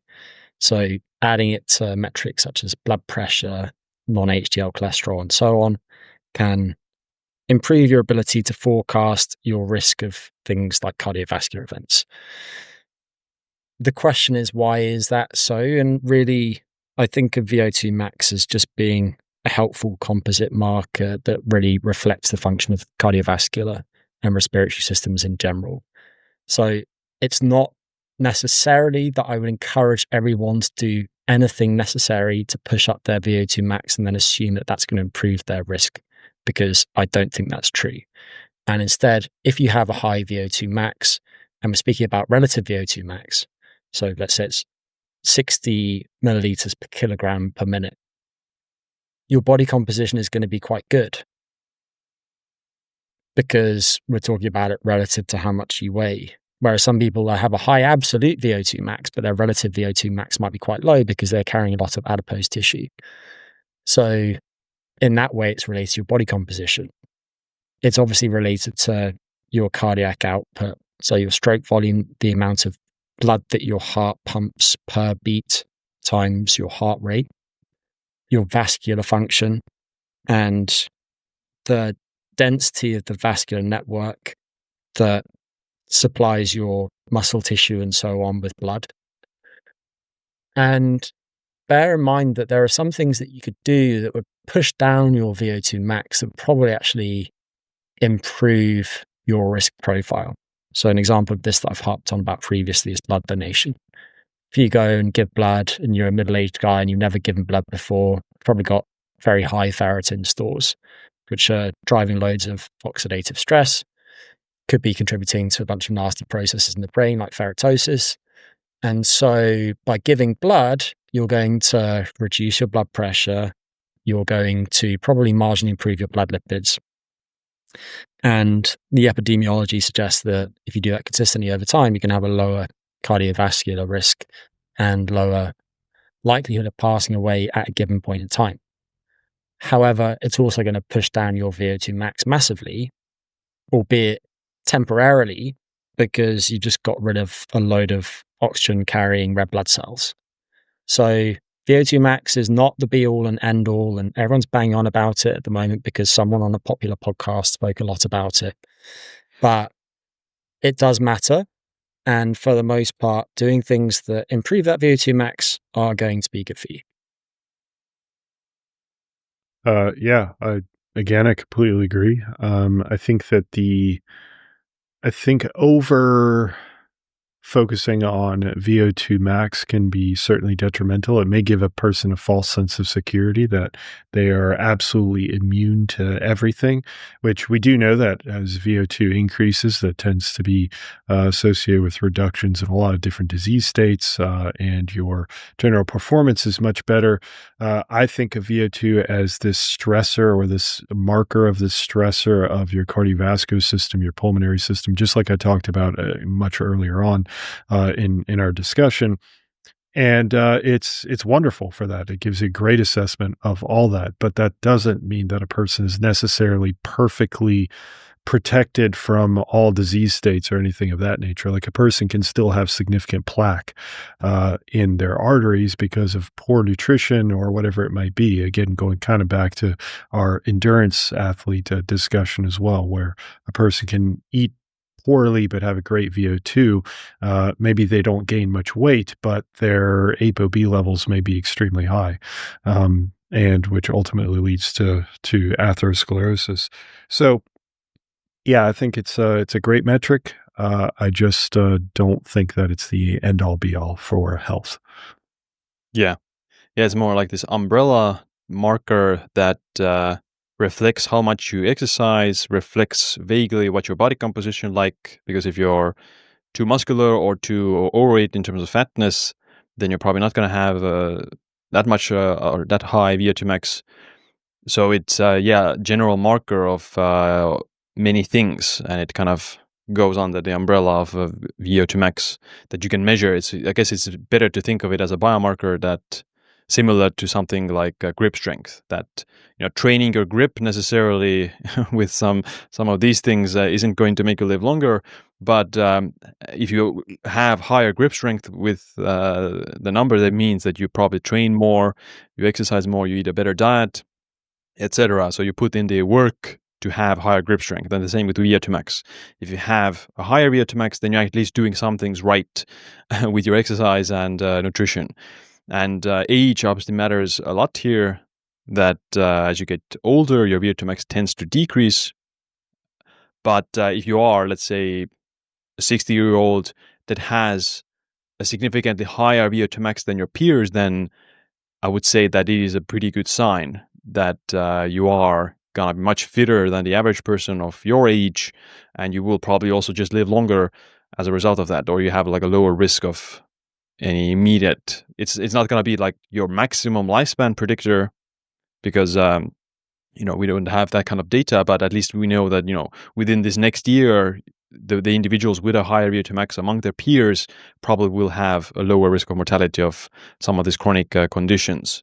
And I guess the one important thing here is to think about is the time differences or how it's going to change longitudinally. So if you have very high VO2 max in your 20s, but it's low in your 50s or 60s, then that's a worse scenario compared to someone who has a stable VO2 max throughout their life. It might not be the best, but at least it stays stable and it's not going to plummet. So maintaining a stable VO2 max is probably better for aging because you need to move up a hill as naturally than a VO2 max declines with age. So if you're maintaining stable around the same area, then you're actually improving it with age because you have to go uphill. Whereas if you have super high VO2 max, but it plummets rapidly, then that's probably like a worse sign of health. So these changes in VO2 max aren't necessarily linear, that they always decrease with age. If it stays the same, then that's the best scenario. Or if it increases with age, then that can also be a good sign. But the goal is to kind of keep it stable. And some of the research, looks at how much VO2 max are we talking about. Then it's not massive amounts. One popular study that gets referenced a lot.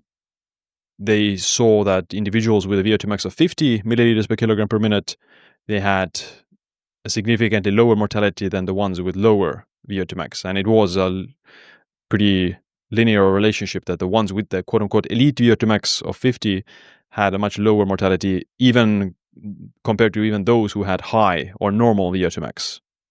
Not to mention the ones with a very low VO2 max. But a VO2 max of 50 is not very hard to achieve. Like, you don't need to be an athlete to have a VO2 max of 50. Athletes might have a VO2 max of 65 or 70 or something like that. Olympic athletes might have 80 VO2 max if they're cyclists or skiers, but a VO2 max of 50 is very achievable for an average person, even in their 40s, without a rigorous exercise program. I've seen 40-year-olds who don't do cardio have a VO2 max of 51 or 52, pretty much with just a healthy lifestyle. So it doesn't mean that you need to just become an endurance athlete to have a high VO2 max or to live longer. If your VO2 max is above 50, then it doesn't require a specific amount of training. Some people might respond better. Other people might need more training. Generally, as you get older, you need more training to have a VO2 max over 50. But the point is that it's actually not that much exercise that you need to have a VO2 max that's associated with a significant reduction in mortality. And we don't have data about people with VO2 max of 60 or 70. Like, it's no studies, at least what I've found. We have a VO2 max of 50 that appears to be kind of the threshold that you want to aim for. Yeah, and you don't want to try to hack your VO2 either. I think that's something that people get hung up on. They think, well, I just need to increase this number. And that's not really the point we're trying to get across. The point is that, like what you were giving in this example of like maintaining your VO2 as opposed to this decrease in VO2, I mean, to me, that's more indicative of the people that are seeing this degradation. They're probably just not doing what's necessary to maintain. So it's actually the habits that prop up that VO2 that are going to have the greatest impact. So a person could try to maintain their VO2 through, there's all kinds of supplements that are out there that tout, it increases your VO2. It's like, well, okay. I mean, but does that actually just does that by worsening your exercise economy? Yeah, exactly. Like there's a number of ways of hacking your VO2, but the number itself should be reflective based on, in conjunction, we'll say, with your habits that are actually promoting this increased VO2. And I don't know that people need to go and get their VO2 max tested. If you have the means to do so and you enjoy finding out about your biology, then that's great. But if you don't have that much disposable income, I don't think you should necessarily go and hook yourself up to a Douglas bag and get a VO2 max test. And instead, what we're really interested in is your performance in various different activities that are relevant to your life. And so you might intermittently test some proxy of your cardiorespiratory fitness and use a consistent test each time. And then you know that if you're getting better at that test or worse at it over time, that's probably going to roughly map to how your VO2 max is changing as well. And there are some online VO2 max calculators that are actually relatively good at predicting VO2 max. An example that I think I shared a while ago, I might get the website wrong, but I think it's at worldfitness.org. It's based on some research by some people in your part of the world, Siim. And they basically have come up with a very simple series of questions that typically predict someone's VO2 max within 2 or 3 milliliters per kilogram per minute. So that kind of tool, I think, is quite helpful at the level of the population when we're talking about people who aren't very nerdy about this stuff and don't want to spend over £100, over €100, over $100 going and getting a VO2 max test done. Yeah, you can do the Cooper test, so 12-minute distance test. You can use calculators to calculate the VO2 max from that. And yeah, what you really care about is your cardiorespiratory fitness. How do you perform with cardiovascular exercise? So rather than number that can be fluctuate based on if you take creatine or not, or if you have anemia or something like that. If you donated blood, those things can change that number. But what you really care about is your actual fitness. And of course, there is a pretty tight correlation between VO2 max and your cardiorespiratory fitness. It's not 100% correlation, but it can be indicating in that direction. If you have a very high VO2 max, you'll also probably be pretty good at a Cooper test, and vice versa. If you have very bad VO2 max, then you probably aren't able to run for a very long distance. And just as an extreme example of that, Andy Jones did some work studying Paula Radcliffe around the time that she broke the world record in the women's marathon. And she carried on getting better at the marathon while her VO2 max went down. And it's just because the improvements in her running economy outpaced the decrements in her VO2 max. So it's not everything by any means. And like you say, if people do want to go and do a physical test and something like the Cooper test, how far can you run in 12 minutes or walk in 12 minutes is a good place to start. There are various step tests and things too. But if you're feeling lazy, there are also just those calculators that you can use to check in now and then. Yeah. What about then zone 2 cardio versus HIIT cardio? Obviously, any form of exercise will increase your VO2 max, and again, might depend on your preference, which type of exercise you choose and prefer. But what are your thoughts on zone 2 versus HIIT cardio? Nic? For me, I guess I haven't done too much research into zone 2, to be honest with you. I've focused a lot on high intensity interval training. And I mean, my impression of at least that research is that, yeah, it significantly affects VO2. I think there's the Norwegian 4x4 or something like that is one of the common training modalities that's been used that's shown widespread benefit, including for VO2. So that's the one I'm most familiar with. But yeah, in terms of zone 2, maybe you guys could speak to that more than I could. If anyone wants to find out about zone 2, then I recorded a podcast about zone 2, which is a solo episode. So really it's not a podcast, it's more of a sodcast in which I spent 45 minutes talking about zone 2. And the reality is there's very little research on zone 2 because frankly, it's not that effective. The intensity just isn't sufficient to drive substantial adaptations in most people. And instead, I used as a proxy of zone 2 moderate intensity continuous training, which is done at a slightly higher intensity and therefore leads to slightly greater adaptations in everything from mitochondrial mass to changes in vascular function to changes in VO2 max, as far as we can tell based on the little work that's been done on zone 2.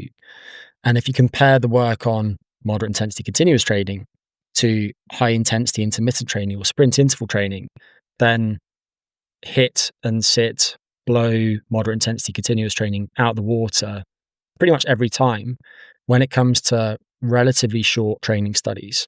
And that is an important distinction, because if you want to push up your VO2 max, then going back to the principle of specificity, you should be accumulating some volume right around your VO2 max. And the reason that interval training is effective is because by including short breaks now and then, you can accumulate more volume at an intensity right around VO2 max than if you were just doing continuous training at that intensity. That fundamentally is how it's working.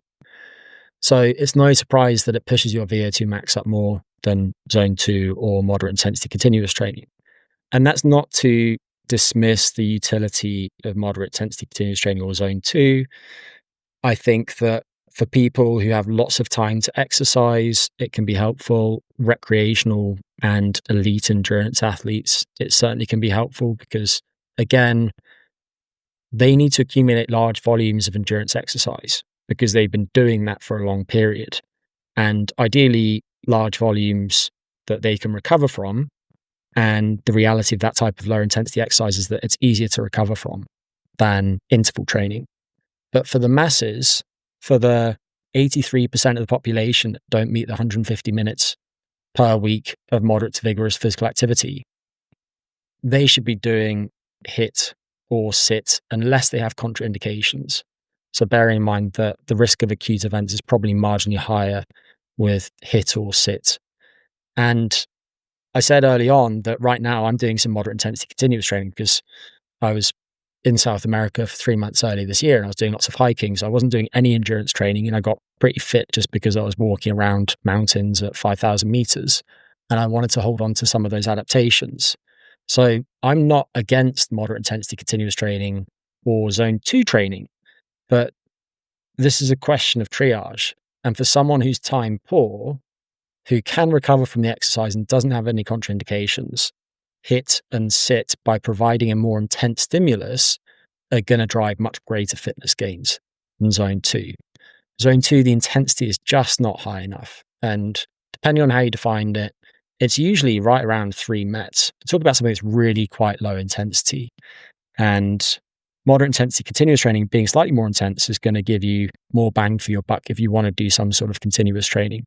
But really, I think the world has jumped on the Zone 2 bandwagon in large part because of conversations between Peter Attia and Inigo San Millan. And Sam Millan is a terrific coach, and he's worked with a bunch of the world's best cyclists. And for those types of athletes, they should be doing plenty of Zone 2 training. But just because those guys are very pro Zone 2 and Attia can fit in several hours a week of Zone 2 training, it doesn't mean that you should be doing it. And frankly, I don't think that most people listening to this right now would be spending their time wisely by doing Zone 2 training when they could be using other exercise modalities.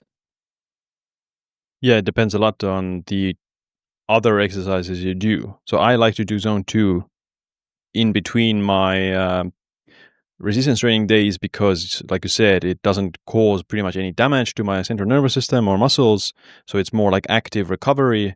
So I'm increasing my cardiorespiratory fitness, at least to some degree, without jeopardizing my progress in the resistance training.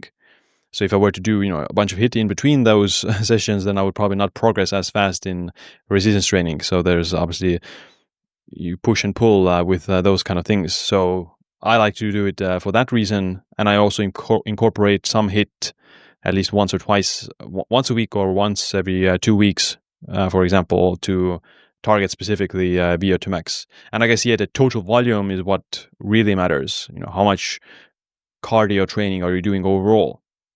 Like a lot of these pro athletes, they spend 10, 20 hours doing Zone 2 because it's less recovery, and I guess they just accumulate that much volume. You need to do more training as a time, like more volume when you're doing Zone 2 to reach the same benefits as with high intensity training. So if someone is limited in time, then just doing high intensity training will save that time. That's for sure. I think there's also an open question about the central versus peripheral effects of Zone 2 and moderate intensity continuous training. And I was speaking with Christy Storishuk about this, and she published a review article about Zone 2 training randomly, even though I know her. I had no idea that was coming out about 2 weeks after I released my podcast about it. And we had an email exchange back and forth. And I think we were both kind of scratching our head at the end about whether doing Zone 2 training or slightly higher intensity training could be beneficial for the heart in the long term in ways that interval training is not. Because there's probably tentative evidence that you might get slightly different adaptations in the heart itself.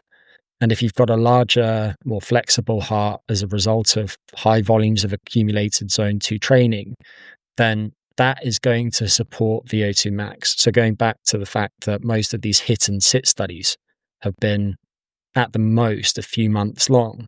If we think about the long term, then people can't just keep pushing their intervals harder and harder and doing more and more of them.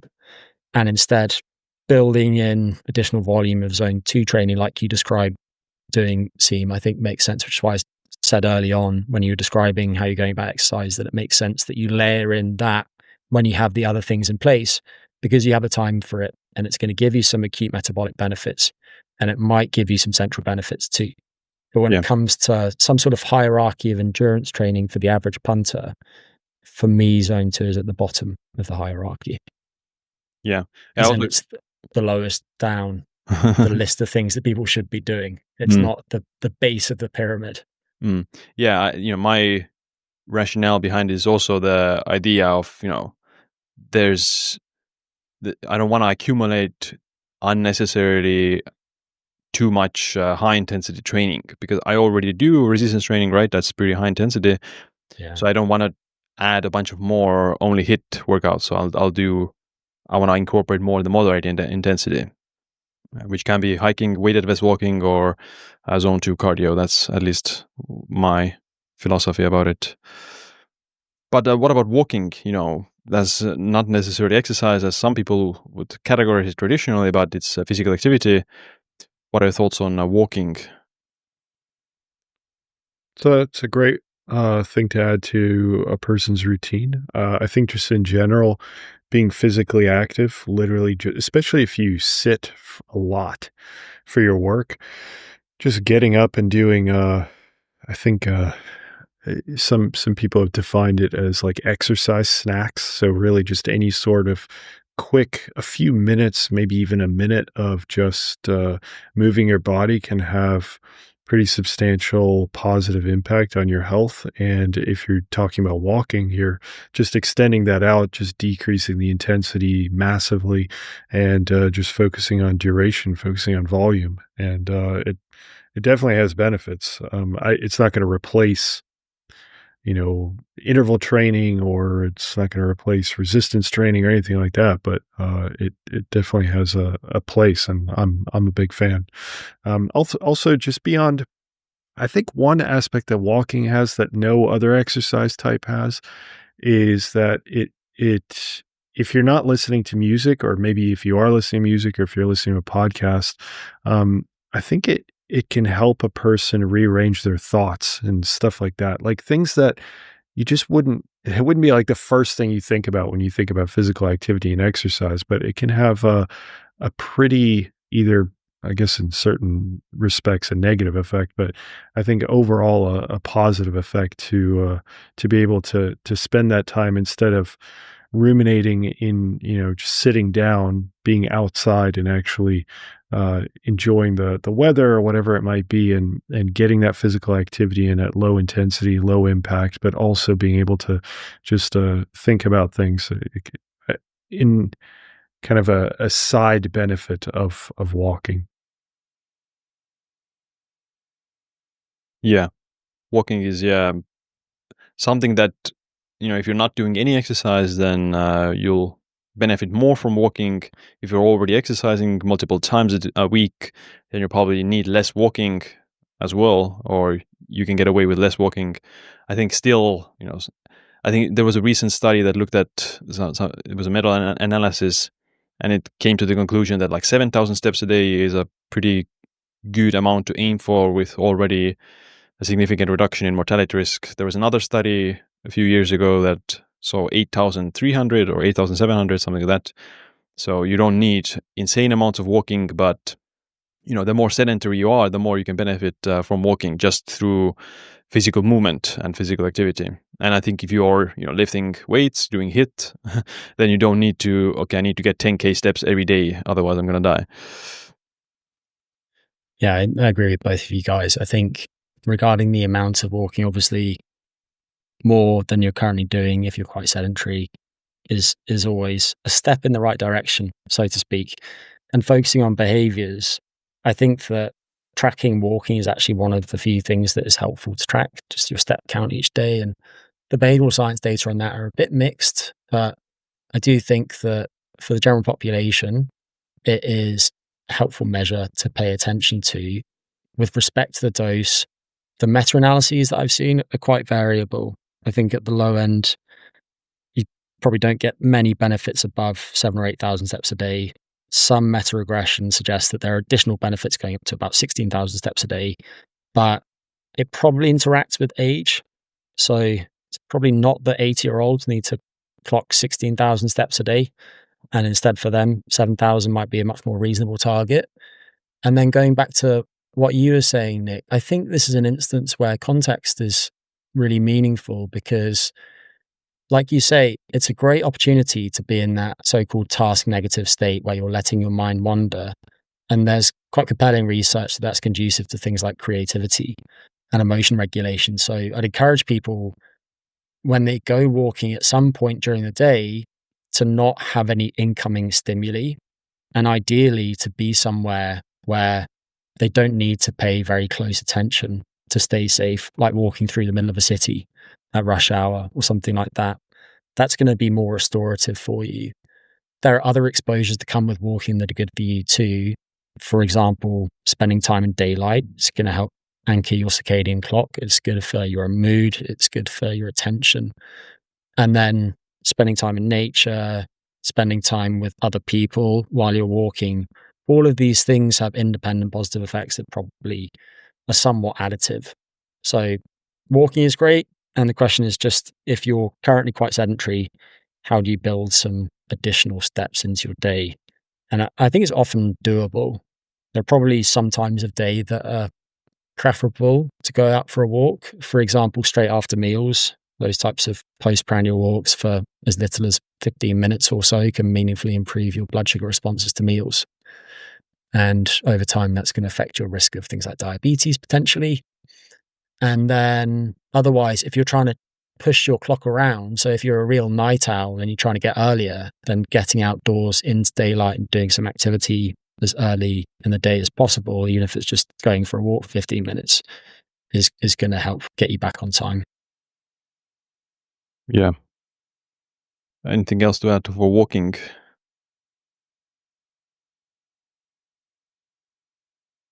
What about balance exercises and mobility? So this is something that often isn't talked about in longevity space, but it's obviously can be quite important.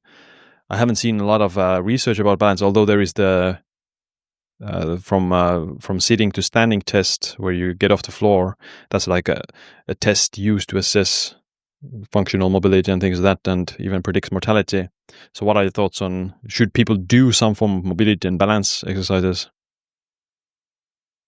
I think older individuals definitely. I don't think it's quite as important maybe in your 20s and 30s. I think the idea behind balance exercises is to improve your, what's the term, vestibular? Is that it? The whatever the You think proprioception, Nick? proprioception, yeah, possibly.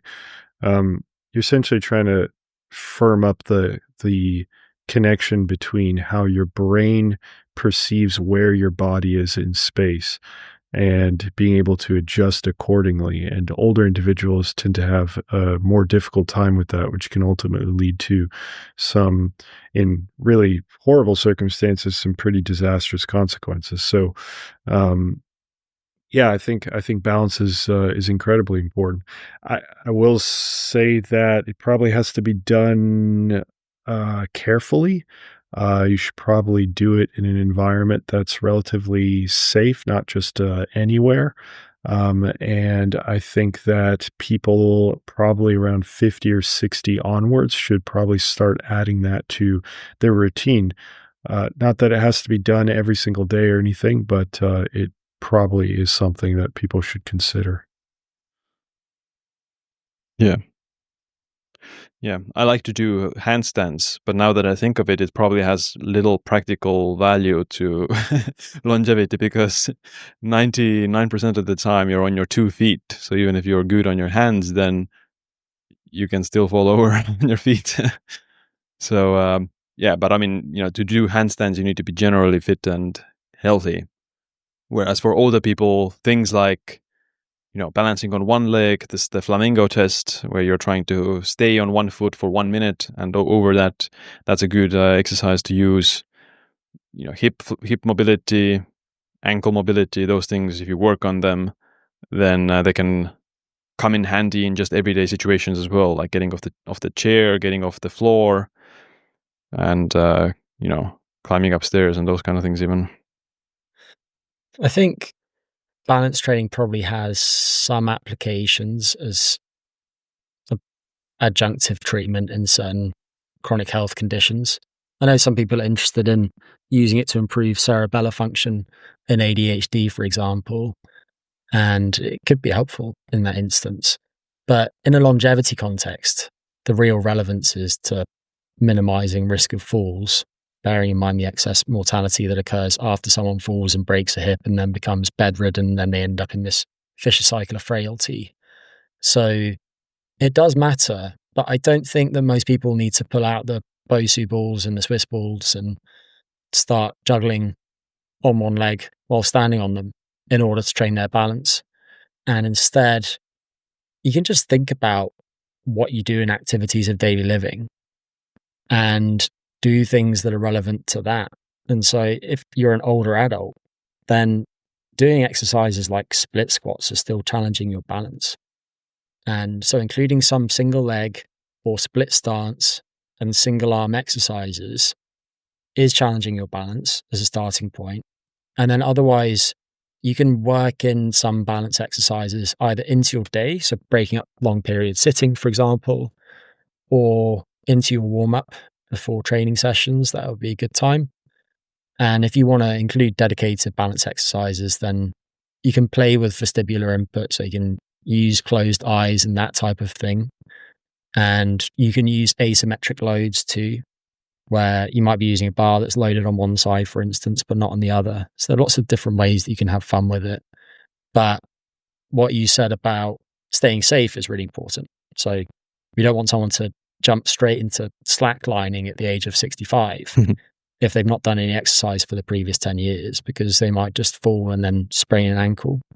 So start from wherever you're at, and you don't need to do anything fancy, but later in life, challenging your balance is probably going to be good for you. Early in life, hopefully you've still got a little bit of that just because you're doing some exercises that are asymmetrical. Yeah. I think people maybe shouldn't try to progressively overload balance exercises, that they start doing weighted opposable squats or weighted slackline tumbles or whatever, things like that, because the risk of injury is becoming much higher at that point if you start to add a lot of heavy weights on top of balance exercises. Like I would like to think that, okay, do the strength training with the barbells in a relatively safe setting, and the balance exercises just don't add extra weights, and try to just focus on the balance in that area.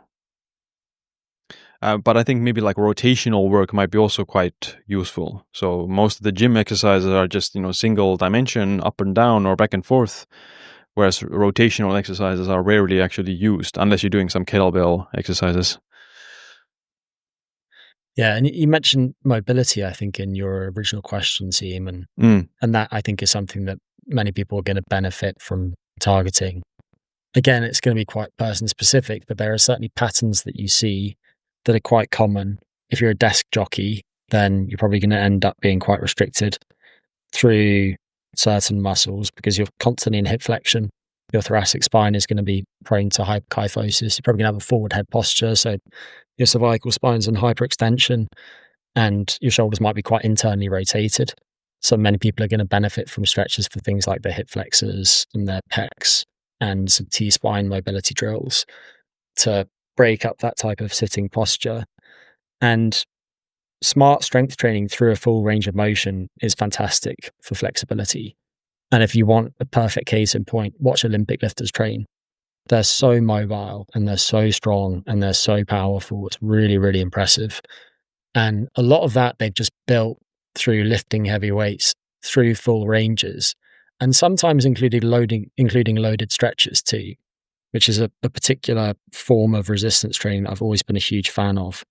And I used to use it a lot training athletes, especially early in the season, to build flexibility in certain joints so they could hit certain positions later in relevant exercises. Just as an example of this, if we were going to be working up to doing some heavy squatting exercises in several weeks' time, someone might start with a dumbbell goblet squat where they're just holding the bottom position of that, holding it for 30 to 45 seconds, so picking a weight that they can't hold with good technique for any longer than that. And not only does that build flexibility, because you end up basically having longer muscle fascicles, you get more sarcomeres, which are the contractile units being added in series. But one of the interesting things about doing isometrics at long muscle lengths is that they tend to transfer well to shorter muscle lengths too, and the converse isn't true. So by holding the stretch position with a weight, you actually end up getting stronger throughout the range of motion, even though you're not doing a dynamic exercise and you're just statically holding that position.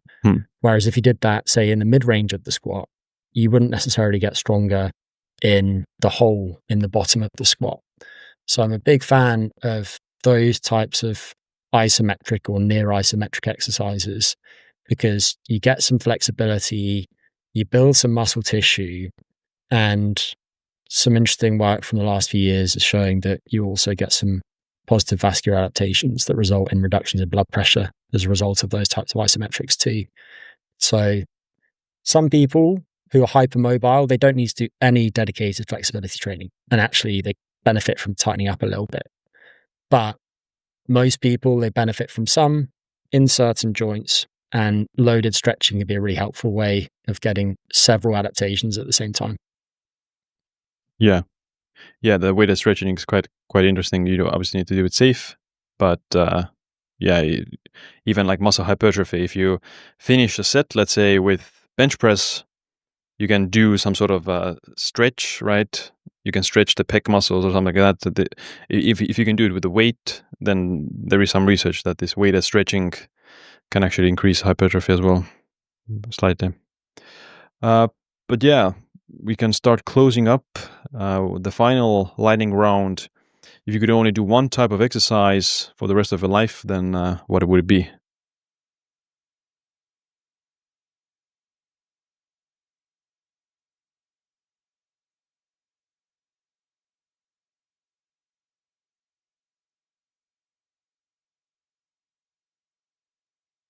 That's a really difficult question. A single exercise.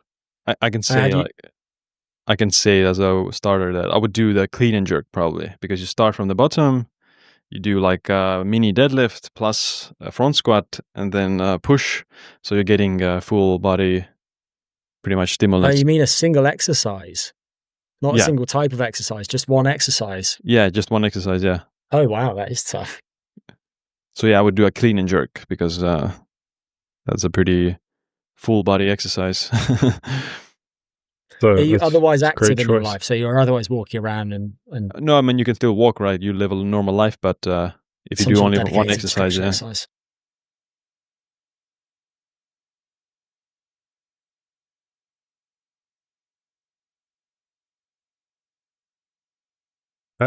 I think you picked a fantastic one. I was going to say the preacher curl, but Or huge guns. No, I think any exercise that has that, like a deadlift function to it. It's got like a squat function to it, and you're maybe doing some sort of pressing. If you can combine as many of those elements into one exercise, it's probably going to be the best one you can do.